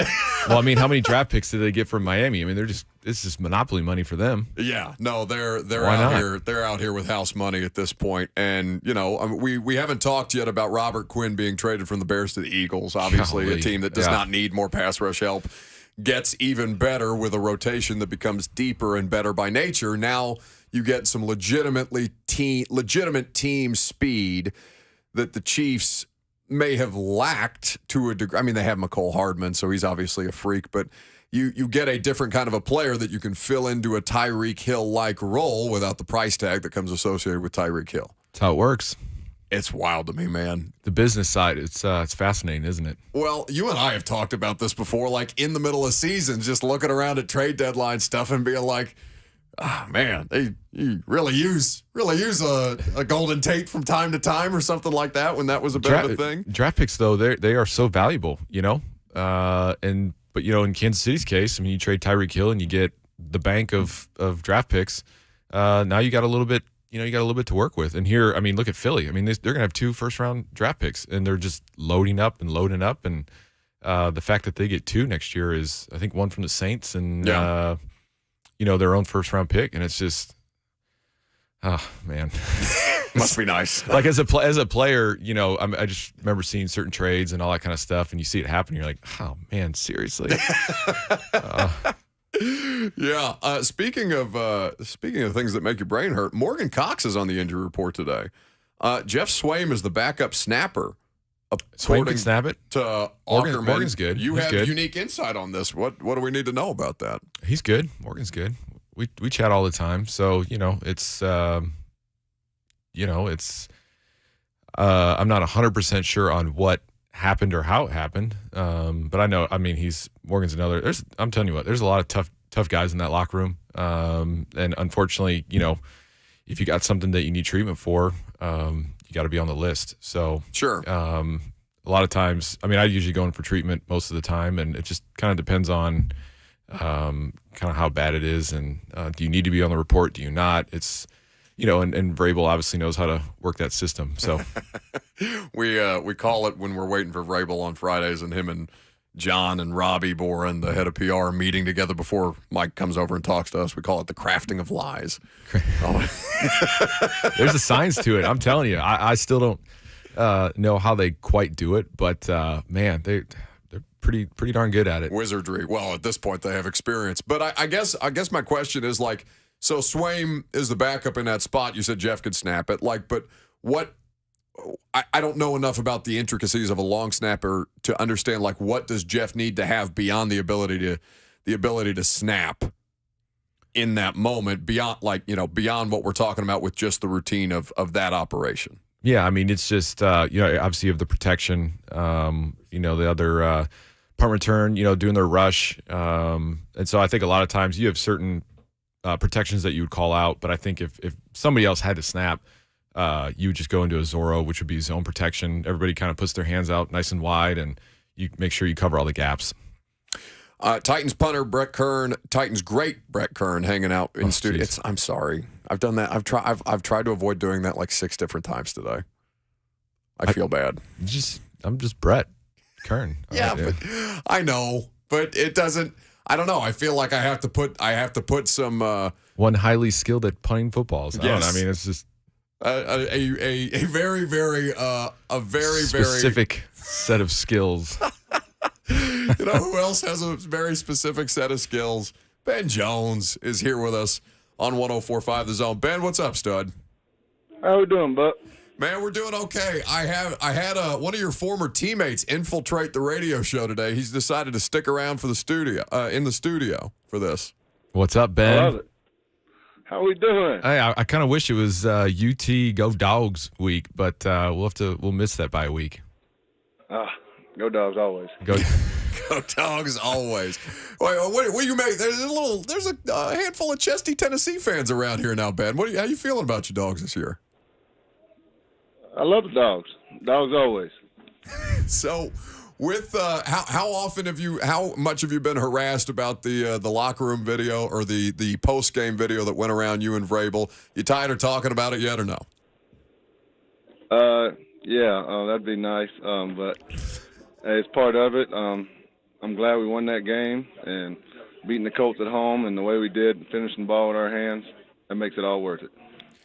You though, Ben, I mean, you take such pride and understandably so as an offensive lineman, just the general durability, like to miss one game across, 3 different versions of a football career is absolutely insane. What was the game that you missed? 19 versus Carolina. 19 against the Panthers. So that would have been what? Tannehill's second start? Third. I mean, does that still keep you up at night, having to miss that game? Like, I can't imagine what that is to break that kind of a streak. Yeah, well, it wasn't pretty in my household that week, but I needed to do that to take care of my family, me, and everything. I wasn't good that week, so we got some good people in this building to kind of oversee that, because sometimes you don't make all the right decisions, and I'm glad we got some guys in line, from trainers to coaches, that really care about you and look after you. Oh man, that's I can't believe I didn't remember Carolina game. You're just Mr. Durability. That's what you are, man. Talk to me about the Texans. Obviously you being drafted there. going back there. Anything special, when you go back there, how does it feel? And then going up against their front, it feels like, coaches have changed, but the front's kind of the same. Talk to me about them. Yeah, always when you go back to Houston, you know the city, you have your spots. But right now, I think the only ones left is John Weeks from when I was actually there. You know some of the trainers, but now I've been here for 7 years. This is home for me. This is my family. And I think we got more Texans players on this team than I actually know over there in that building. there was an exodus for sure.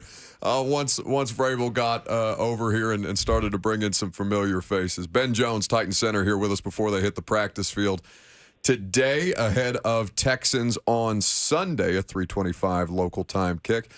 Ben, you're kind of a sicko when it comes to this durability stuff, and it's insane to me. Like I'm talking to Amani in the locker room after that game, and he goes, "I don't even know if Ben's got an MCL half the time." Like it is who you are. But as somebody who leans into that, what's the worst injury that you have seen happen to somebody on a football field? Because I know, having been through a handful yourself, you had to have looked at certain situations that are almost a 100% occurrence in a sport like this and been like, damn, that guy's down bad.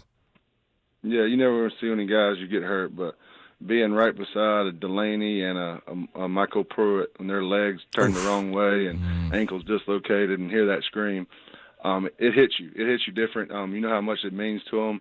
You know how much they're out there every play, and just seeing your brother hurt in that much pain, you don't want to ever see your teammate like that. I can't imagine, because there's so many emotions that you experience throughout the course of a football game that way, and you ride the highs when you have them and you take advantage of them, and then you can only sit with it so long before you have to move on and be like, all right, bleep, we got the Texans again this week. No doubt. Ben Jones here with us on 104.5 The Zone. Brett, what's the moment from Ben what's the moment that comes to mind every time you think of Ben Jones? Well, obviously, I mean, we're great friends. Families are close. Great guy, just to make you laugh in the locker room. Always has a smile on his face. But I'm trying to remember when, I don't know if it was 2 years ago or last year, Ben, when Todd had taped up your knee. How many rolls of tape did it take to tape up that knee when Todd was taping you up? Yeah, I think they had to take out a loan. They were making good money at Johnson & Johnson that year. I didn't have to wear anything out there. I was covered that year, so I'm glad they make that Johnson & Johnson. They make some good tape. Hey, Ben, for you, and we'll get you out of here on this. We appreciate you spending some time. I know you got a work day ahead of you and already halfway through one. But when you're looking at the way that you guys played and how you were able to take advantage of those duo blocks or whatever you would refer to them in your meeting rooms and things like that, and how much success you guys had off of that and a lot of those different concepts, base personnel running the football that way. Is that something that you guys went into that specific matchup saying, okay, this is what we're going to take advantage of? Or is that something that you guys are looking at and saying, all right, we can use this more often when we need to because we know that we can always get those 3 or 4 yards with Derek? Yeah, we knew they had a front from Stewart and Buck.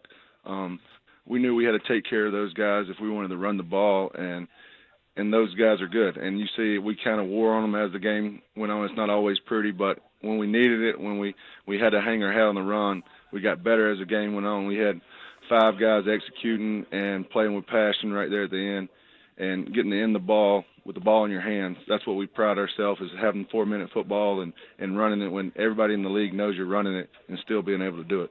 When you push that pile forward collectively as an offense and you get up, flexing and screaming the way that you did, you probably can't say what you said. This is FCC safe radio, but what is going through your head at that time when you know you've just physically overwhelmed an opponent?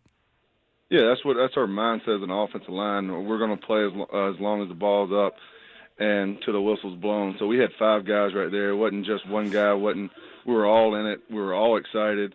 And that's what makes it fun in this game. That's what I take pride in, is having a group of guys who care, who's giving it all. And you see that come to life because we've played with so many different guys, and just seeing some guy's personality come to life right there, that fired me up as being a guy who's been here for a while. He's Titan center Ben Jones, kind enough to spend some time with us. Really, I had Brett in here, Ben, to see if I couldn't worm my way into an invite to your guys' Masters trips that you do from time to time. But, maybe I'll let you off the hook this time. I got you, Buck. Thank you, my dude. I appreciate you spending some time. That's Ben Jones with us on 104.5 The Zone. We got him going. Ben's That's a tough actually one that on was the good. front end. That was pretty good. That's the guy that's been the quarterback of the offensive line. I told you earlier, got here in 2016. Since he's been here, Titans are second with 137 yards rushing in the league since he's been here, and that's why right there. That's your guy. You know that man takes pride in that particular number among others. All right, Brett Kern is going to spend one more segment in studio with us, and fittingly, I'm going to chew out Lucas coming up next.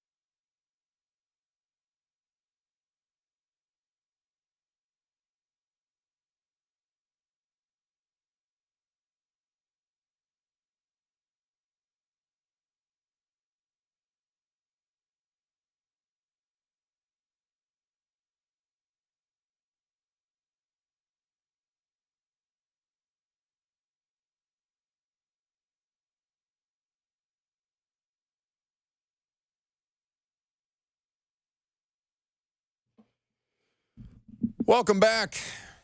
Brett Kern hanging Too out fast. here in Gone too fast. What, these 2 hours? Yes.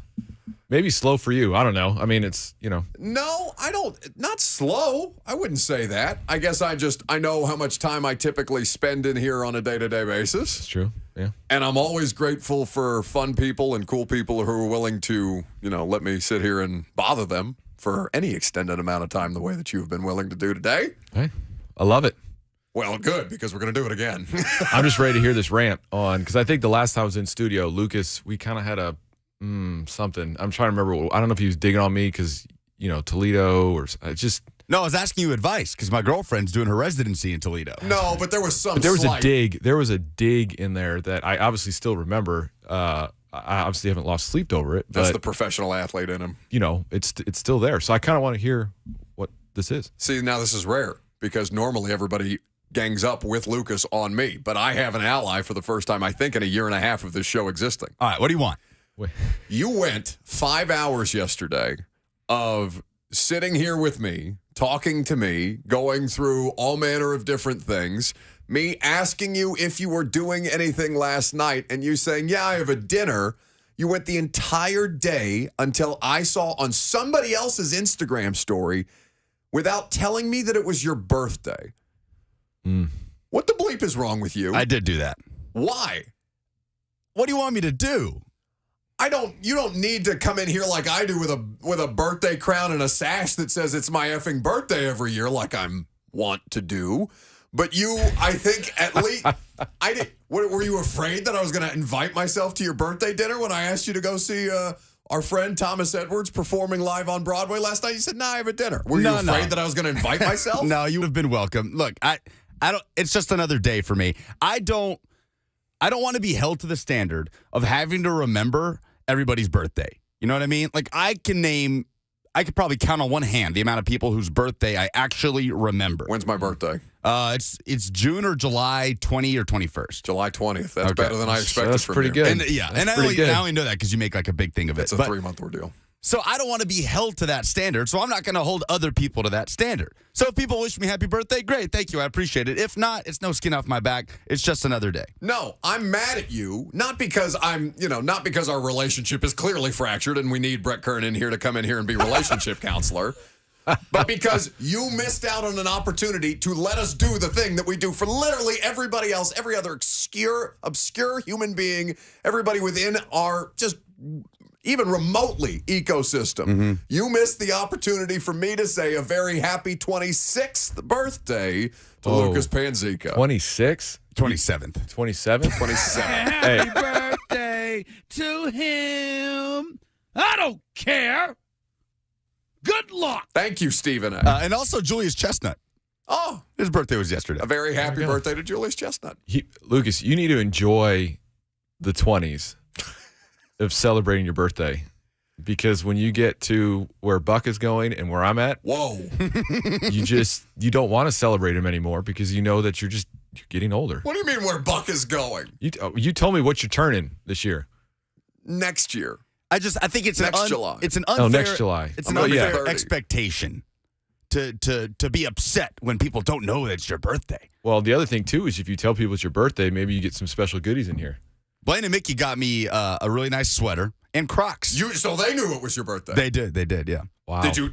So what are you getting from? Do you feel like you're in a more functional family dynamic there because you got mom and dad in studio? And with me, I'm just like I'm like the stepdad. Like, what do you want me to do? Like at the end of the show, be like, "Hey, Buck, you forgetting something?" Like I don't know what you want from me. I sure as hell would. I know you would. Yes. But you make a big deal of your birthday because you take your birthday off every year, and it's like the build up to your birthday is a big old deal. Like we literally did a bowling bash at Brooklyn Bowl. No, we did that for charity. We did that for charity, but it also coincided with your birthday. It was a convenient excuse for me So you to do make it very easy for everybody around you to remember your birthday. But I don't care, man. To be honest, I was sitting here on Monday or on Tuesday, and Robert. And I asked Robert, like, what's today's date? Because I had to type something in, and he said it's the 25th. I was like, oh, my birthday's tomorrow. Like, it totally snuck up on me. Just a truly humble guy. Last few weeks been a blur. Bleep him. I don't care. It doesn't matter. It's okay. I appreciate it. I had nice birthday wishes. I had a nice dinner with some friends. It was lovely. Everybody but me knew it was your birthday, is what we're finding out. You told Robert? I didn't know. Well, Brett is new to the environment here. Right. No, I mean, now he's going to know. I'm going to know. Let me put it in on the calendar. Well, in fairness, Robert did not wish me a happy birthday. He was not here yesterday, but he did not wish me a happy birthday. It's all right, man. Like, not everybody knew. Blaine and Mickey were like the only ones that actually knew. And I don't know how. See, I tell people it's my birthday people. because I share the same birthday as Jordan.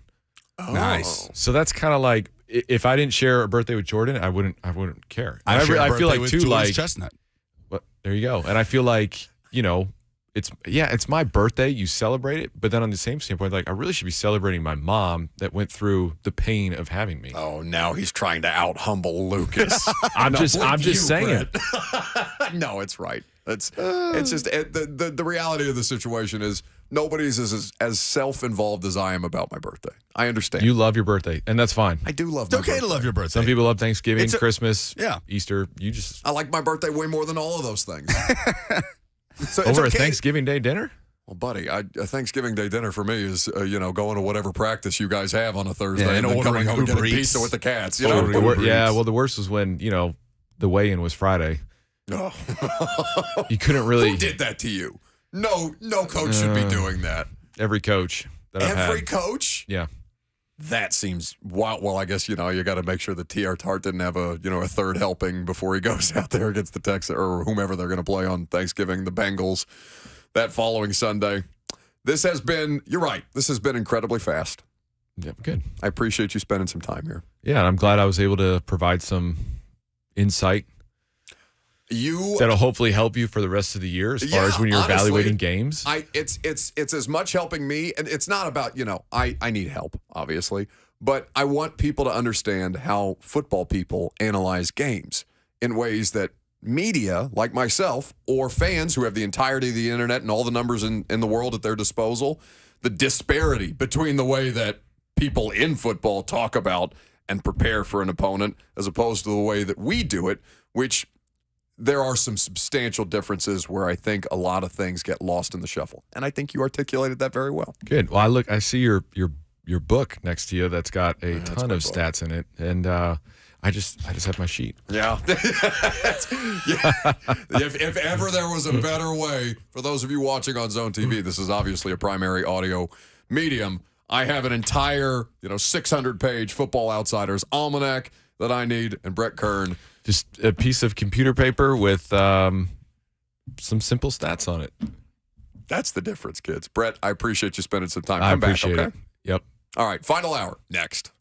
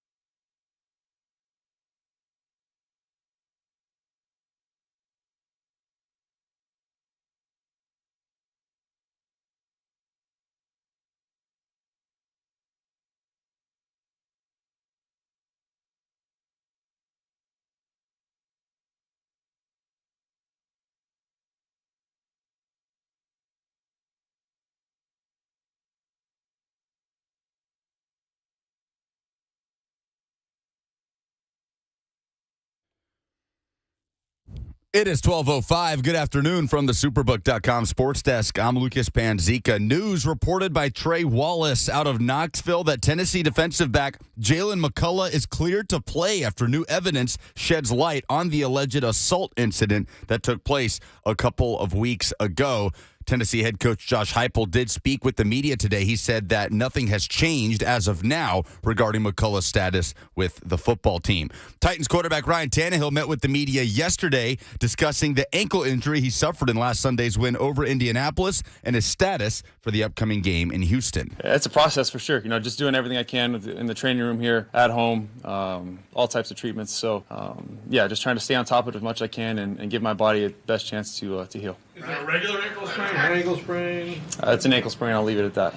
Trade news in the NFL, first reported by Jordan Schultz that the New York Giants are trading wide receiver Kadarius Toney to the Kansas City Chiefs in exchange for a conditional 3rd and 6th rounder. For all your foundation repair and waterproofing needs, visit USSTN.com. Breaking news at once in your home for the Titans and Vols. This is 104.5 The Zone.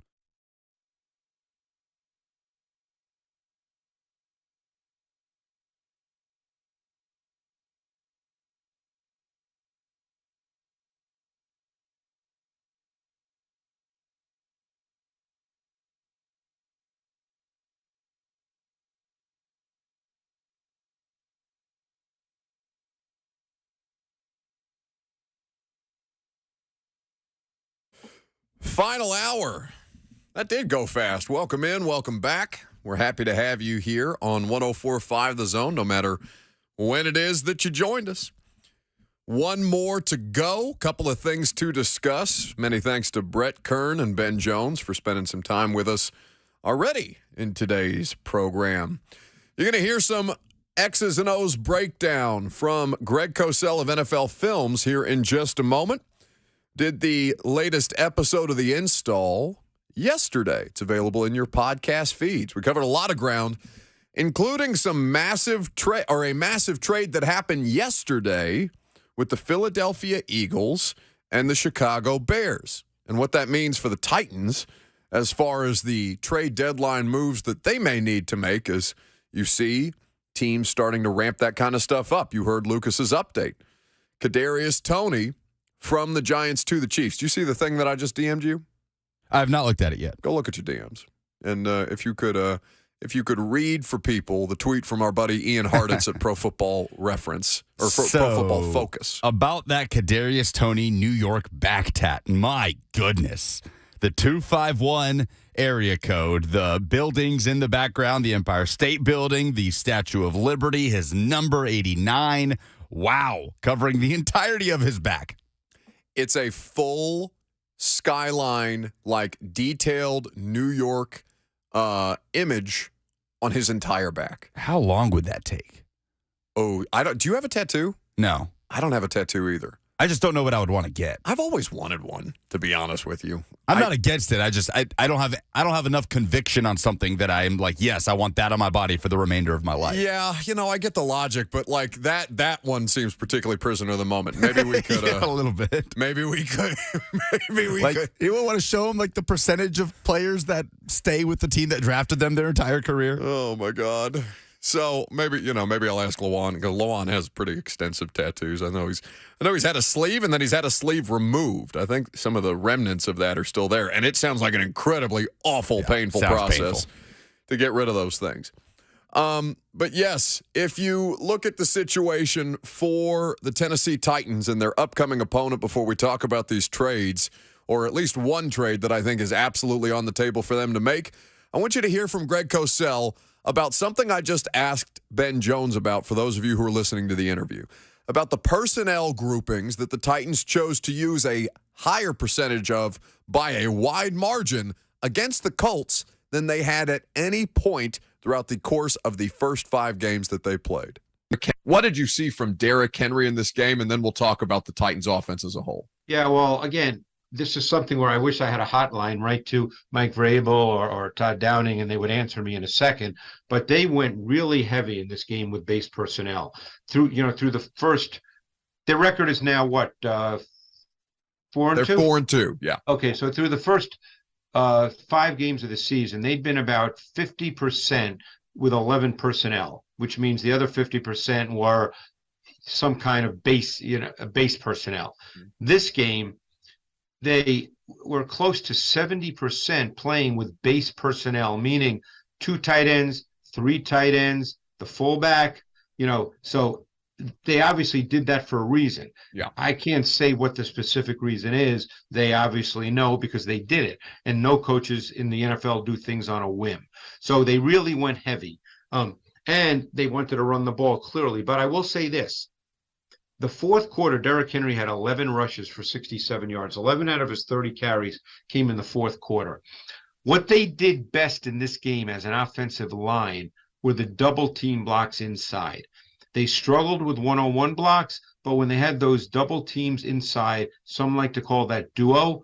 Others call it different coaches call it different things. But that's when they were at their absolute best in this game, Buck, when they ran the ball with duo.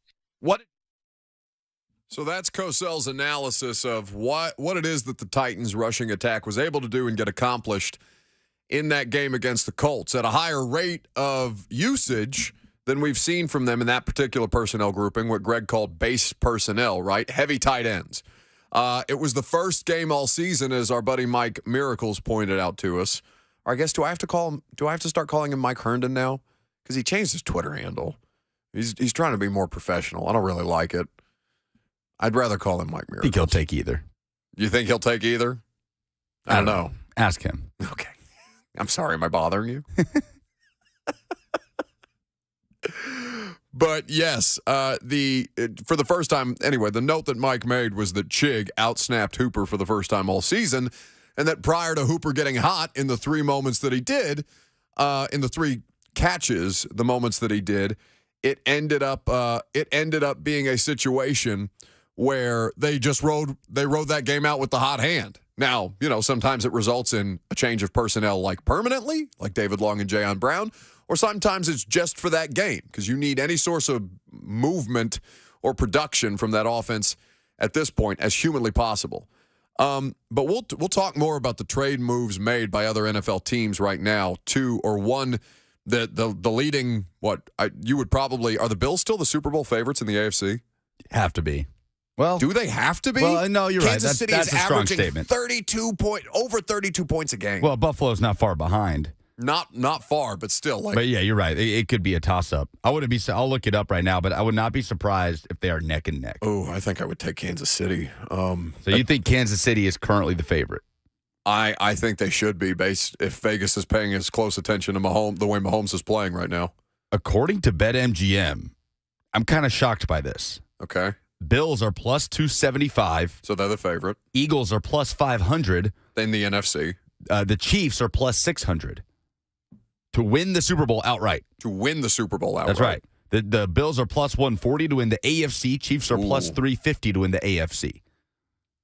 Okay. So not much margin of difference there. There was a wide gap to start the season on the Bills as the Super Bowl favorite and everybody else, and I understand why not enough has been done to narrow that gap. And also Mahomes he's playing like Greg yesterday called him Michael Jordan. And Greg does not do the hyperbolic sports talk radio thing. But when you see the way that Cosell lights up when he talks about Patrick Mahomes, not even because he's making incredible frenetic plays that are off of schedule, because he's doing it at a higher level with increased efficiency and playing a more disciplined version of NFL football than we've seen Patrick Mahomes play, which is, of course, a terrifying prospect. 615-737-1045. Heather is in Ohio. She's been waiting very patiently. Hello, Heather. Hello there. How are you? I am wonderful. I was calling to say hello to Bart Kern. I see he had left the radio station. Well, anyway, I would like to say to the entire Titans football team, I wanted to say good job on their win on Sunday against the Colts. I give a big applause to Andrew Adams and Mitchell. Is that his name? Yes. Everybody did their part, and then for for Tannehill, I have faith in Tannehill. He did an amazing job, but he did got sacked one time. But after that, when he was injured, he got back in the game, and he had faith in him. Not only him, Ben Jones, that was on the radio earlier, and then Jeffrey Simmons, they got hurt. But thank God all three of those men got up there and fight, and won the game. I want to see more of this Sunday against Houston, because when they go to Houston Sunday, I want the same play they did Sunday at the Colts, like they did the interception. I'm sorry I didn't mention David Long.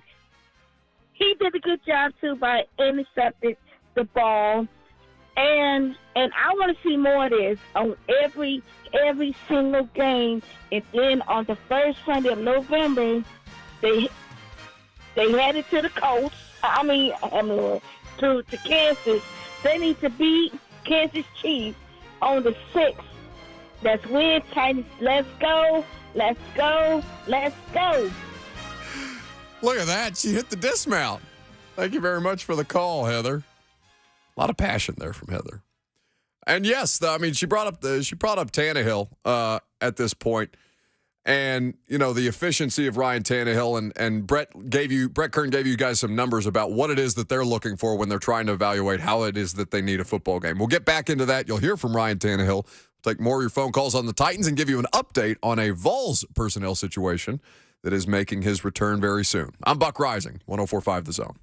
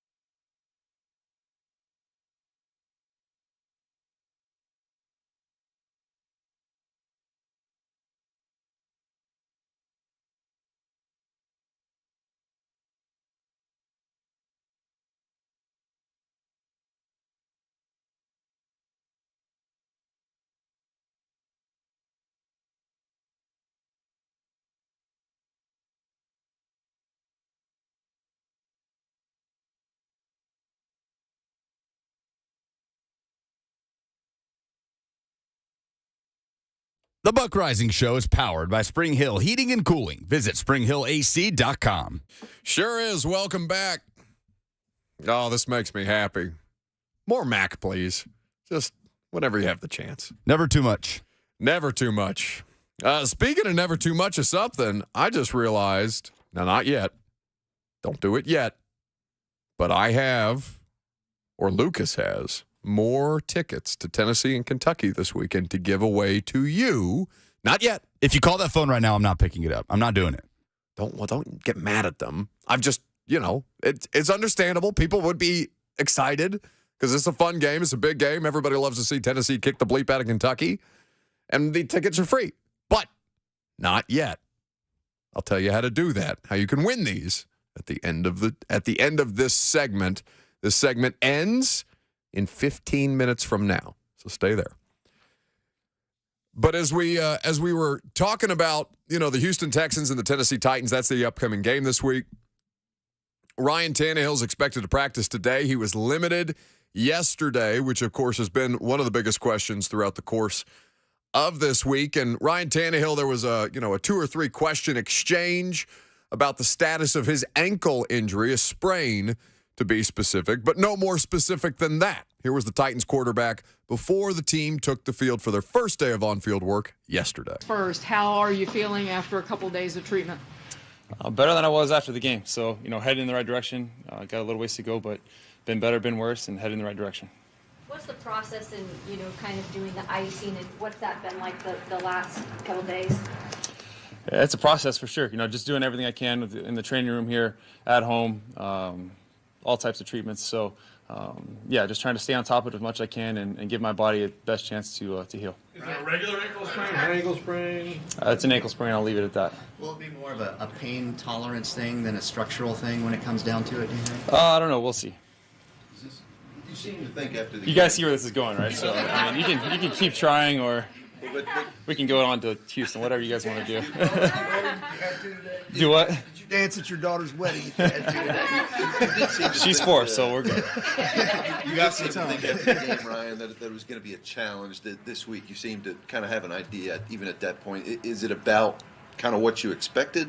What are you talking about, the ankle? Yeah, in terms of, after the game, you sort of felt like that way. Is it about where you kind of... I don't know what I expected. I didn't plan to feel too good after the game, and I didn't feel too good, and we're heading in the right direction. What's the challenge? Mike said you'd be limited today. What's the challenge for you if you are, in fact, limited throughout the week and be able to play Sunday and play well? Just staying on top of things mentally. Just making sure I'm taking all the reps I can mentally. Obviously, I'm not physically getting as many reps as I usually do. So making sure mentally I'm going through everything, communicating with the guys. We just had a walkthrough out there just trying to communicate with the guys and make sure we're all on the same page as we, install this game plan and start getting ready to go. With your health situation, thinking about, helping Malik get ready while you're trying to see if you heal and everything. You know what I mean? Like, as you go through the week, you're taking mental reps for a game plan, but are you also in the mindset of trying to help him get ready in case? Yeah, I'm trying to help in every way possible, whether it's Malik or the tight ends or O-line, whoever the case may be. I'm just communicating, make sure, like I said, we're all on the same page and on top of this game plan as we move into the game. So that's Ryan Tannehill speaking about the ankle situation, precious little detail regarding the nature of a high or low ankle. But I will say, given that we've just recently had an experience in the college world with a player who had a high ankle sprain in Cedric Tillman, this situation seems less severe, even though it is obviously causing him enough discomfort for him to have to be heavily taped up before he heads out on the practice field today, which is what he is doing right now. 615-737-1045. Don't forget, we've got an update on a legal situation for the University of Tennessee regarding their roster that a lot of people have been interested in. Momentarily, Darrington. Been too long. Always a pleasure. Hello, my friend. Hello there, friends. How are we? We are well. 2 questions. Mm-hmm. One, you had this little thing going about which one lasted longer than Matt Ryan's starting career in Indianapolis. Yes. I just wanted to know, was Antonio Brown in the cryo chamber one of them? And Tom Brady's retirement one of those two? Brady's retirement, yes. AB's wasn't he in like France where he was getting like some kind of off-brand cryotherapy treatment that froze the bottoms of his feet? Yeah. I don't remember. Something like that. Yeah, because he's been there longer than Matt Ryan was starting. That's what I'm saying.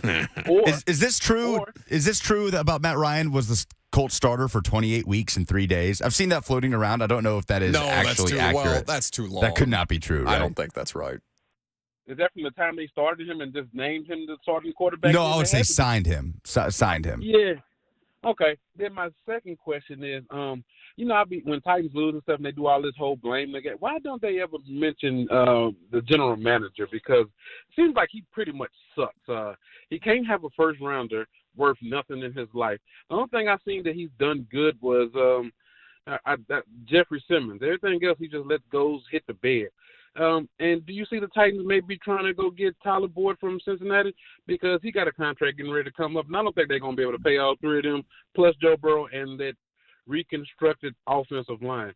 I mean, just a play. Are you seeing all these receivers moving, or would they try to make a play for Elijah Moore? That's all I got. No music today for me, thank God. Have a good one, fellas. I'm listening. He sure thinks it's no music. The music is always there. Thank you, Darren. So actually, an interesting point on the Cincinnati wide receiving core. Just that, how do you keep all three of those guys? Well, you don't. Yeah. Not at the rate that wide receivers are going for right now. Not since the market readjusted, and corners are going to inflate this way too, because you're going to pay the guys who are paid to stop the wide receivers, the $25-30 million wide receivers that are running around everywhere.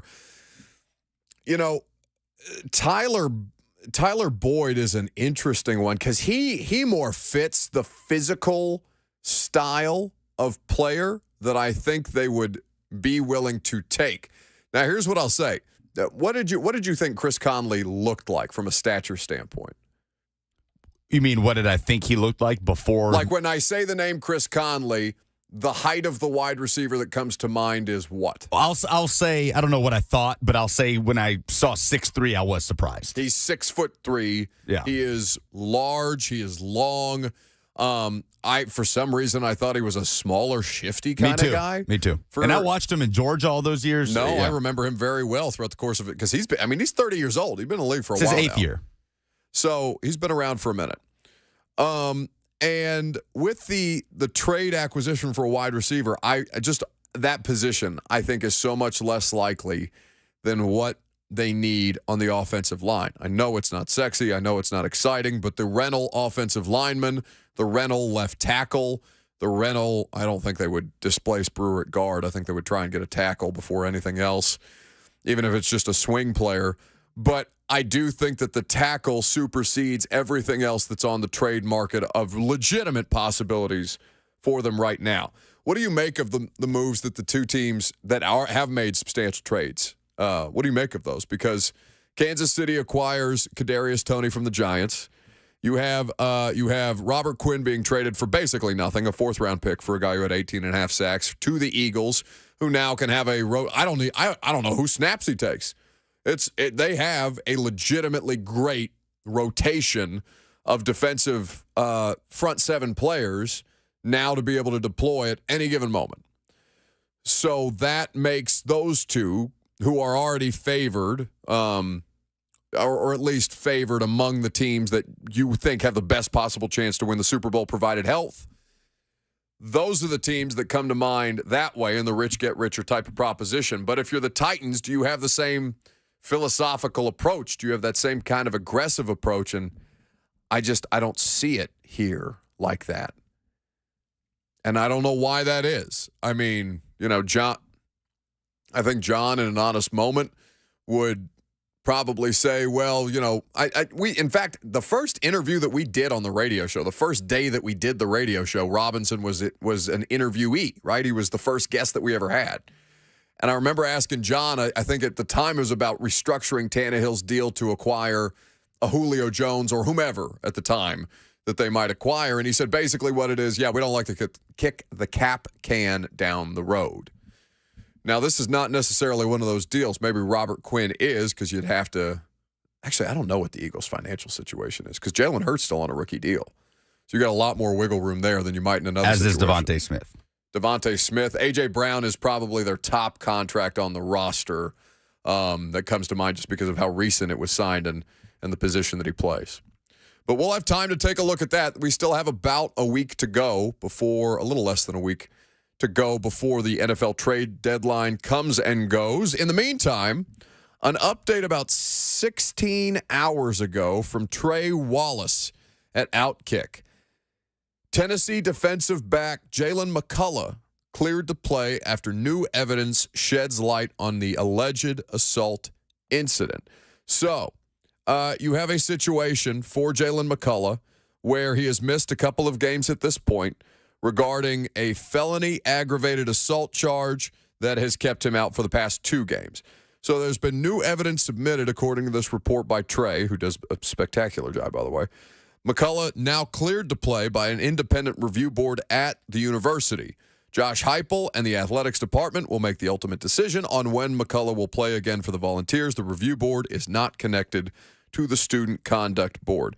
So he's attached the full motion and what the plaintiff told the police officers who initially made the arrest and then the subsequent filing of charges.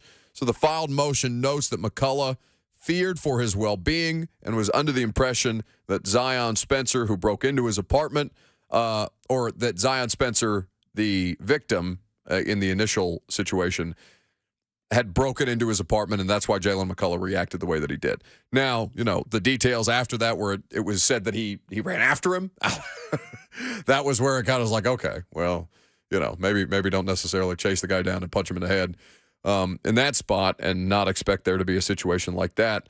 But the original report, Spencer is the victim, told officers that he had been drinking with friends that afternoon in the same complex, went to retrieve items from his vehicle. Spencer stated that when he returned, he thought he went back to his friend's apartment. He did not. He was in the wrong building. He was in Jalen McCullough's apartment and then was, by his allegations, assaulted. You missed the funniest part of this. So tell me the funniest part. The funniest part of this is, according to the motion, Spencer told police he had been drinking for that day and was holding a bottle of vodka while giving the police his statement. Oh, no, really? Yes. No, I didn't see that detail. It's right here, yeah. So essentially the McCullough side of the story, Warren Burrell was involved as well. He's Jalen McCullough's roommate, experienced Tennessee corner who was out for the year due to injury. Yep. But McCullough and his roommate, according to the filed motion, asked Spencer to leave the apartment numerous times when he allegedly mistakenly walked into the apartment. After Spencer backed up just outside the door, it is alleged that he tried to re-enter the apartment, at which point McCullough punched him one time. And then it says, according to the motion, Spencer told the police all of these things while holding a bottle of vodka in his hand. An important detail to include. So nobody's seriously hurt here. Spencer, had some I think he lost a tooth or two. They have images of what his grill looks like. But with the dust kind of settled, it has just become funny. So you have Josh Heupel talking about this, yeah? The Volunteers head coach spoke to the media today on this subject, and this was what he had to say. Josh, is there any change in Jalen McCullough's status for Saturday? No, you guys have heard me say earlier that he's been cleared on the campus side of it. Whoever looks at that has decided that based on the evidence that they cleared him. He's been with us here the last week, and so we'll see. So that's Josh Heupel speaking on the subject, and we'll see is about all you'll get for the time being. Agreed, and that's exactly what he said about Cedric Tillman as well.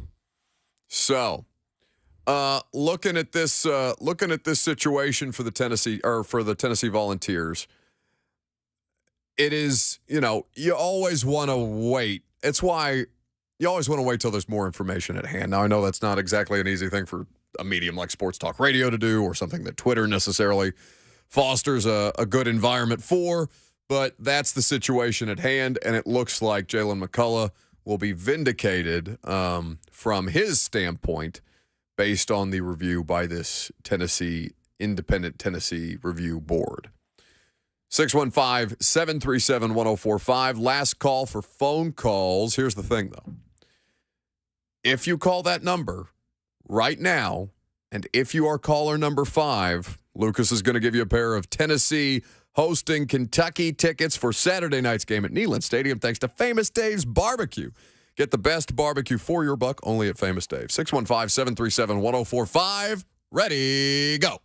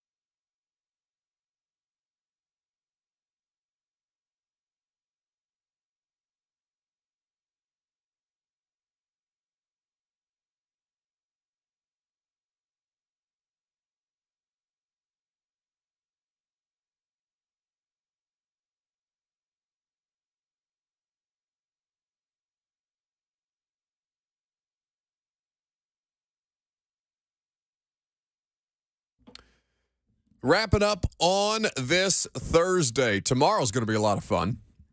Lucas, you got a new segment you're excited to debut.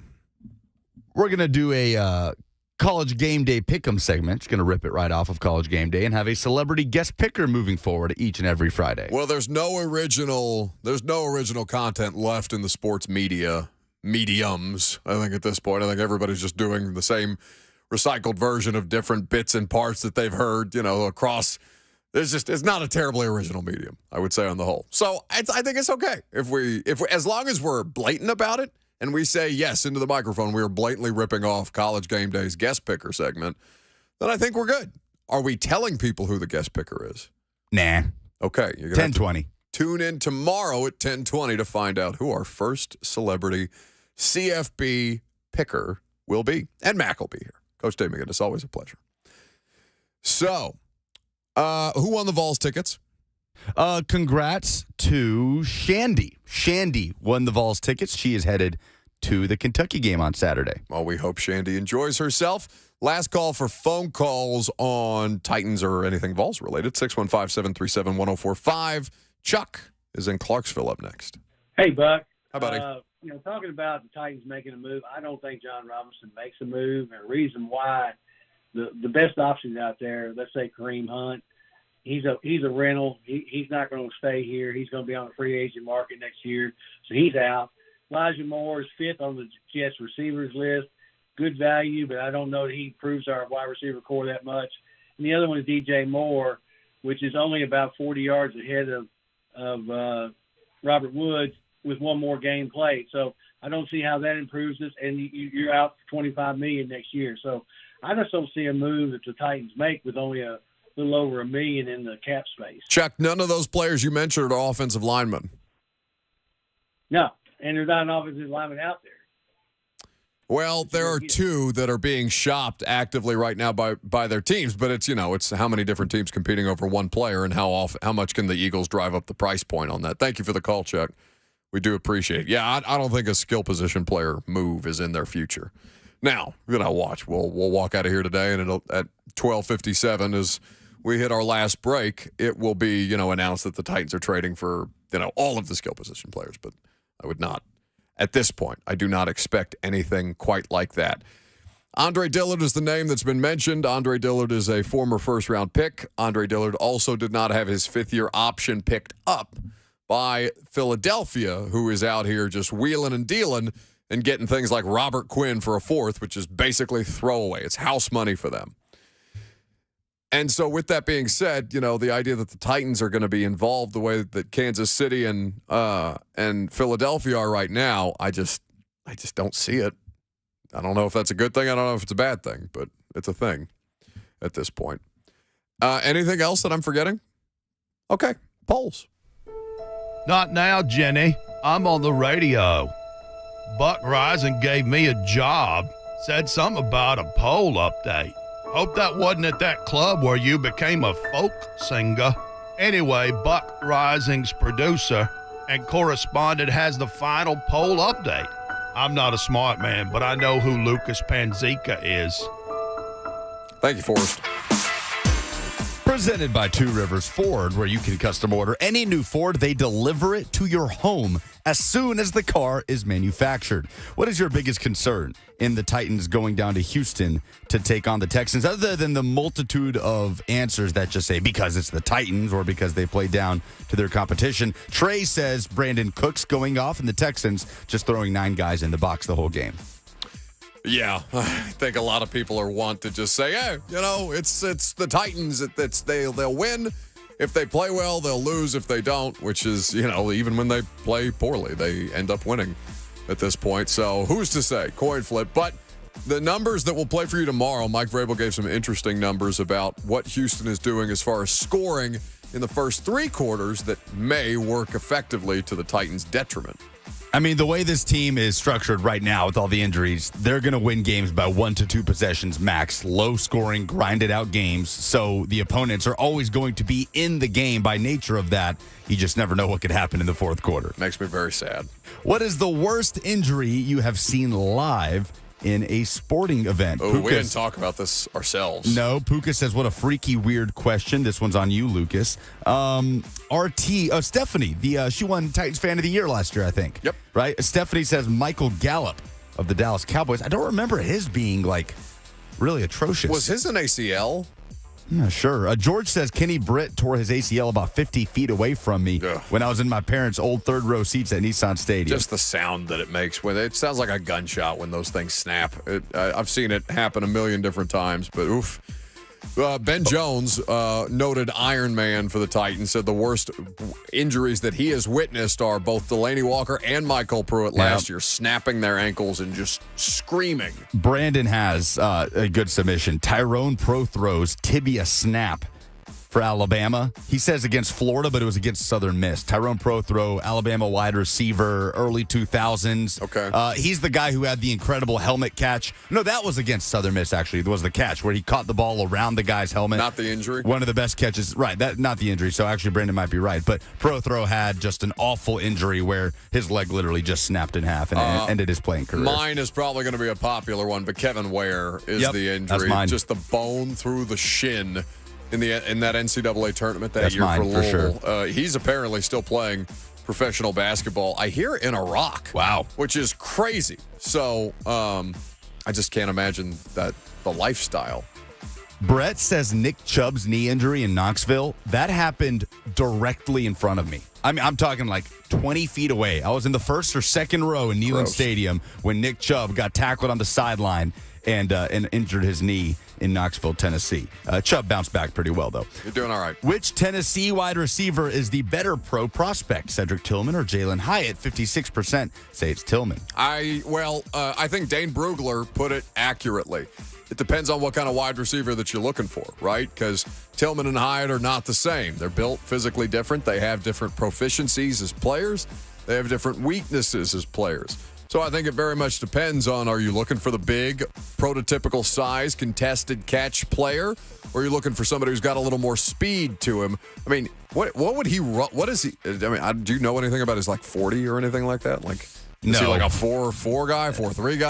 Who you talking about? Hyatt. I think Hyatt's in that 4.3, 4.4 range. He's got to be. Yeah, absolutely. In between there. I mean, that's his biggest asset is his speed. Right.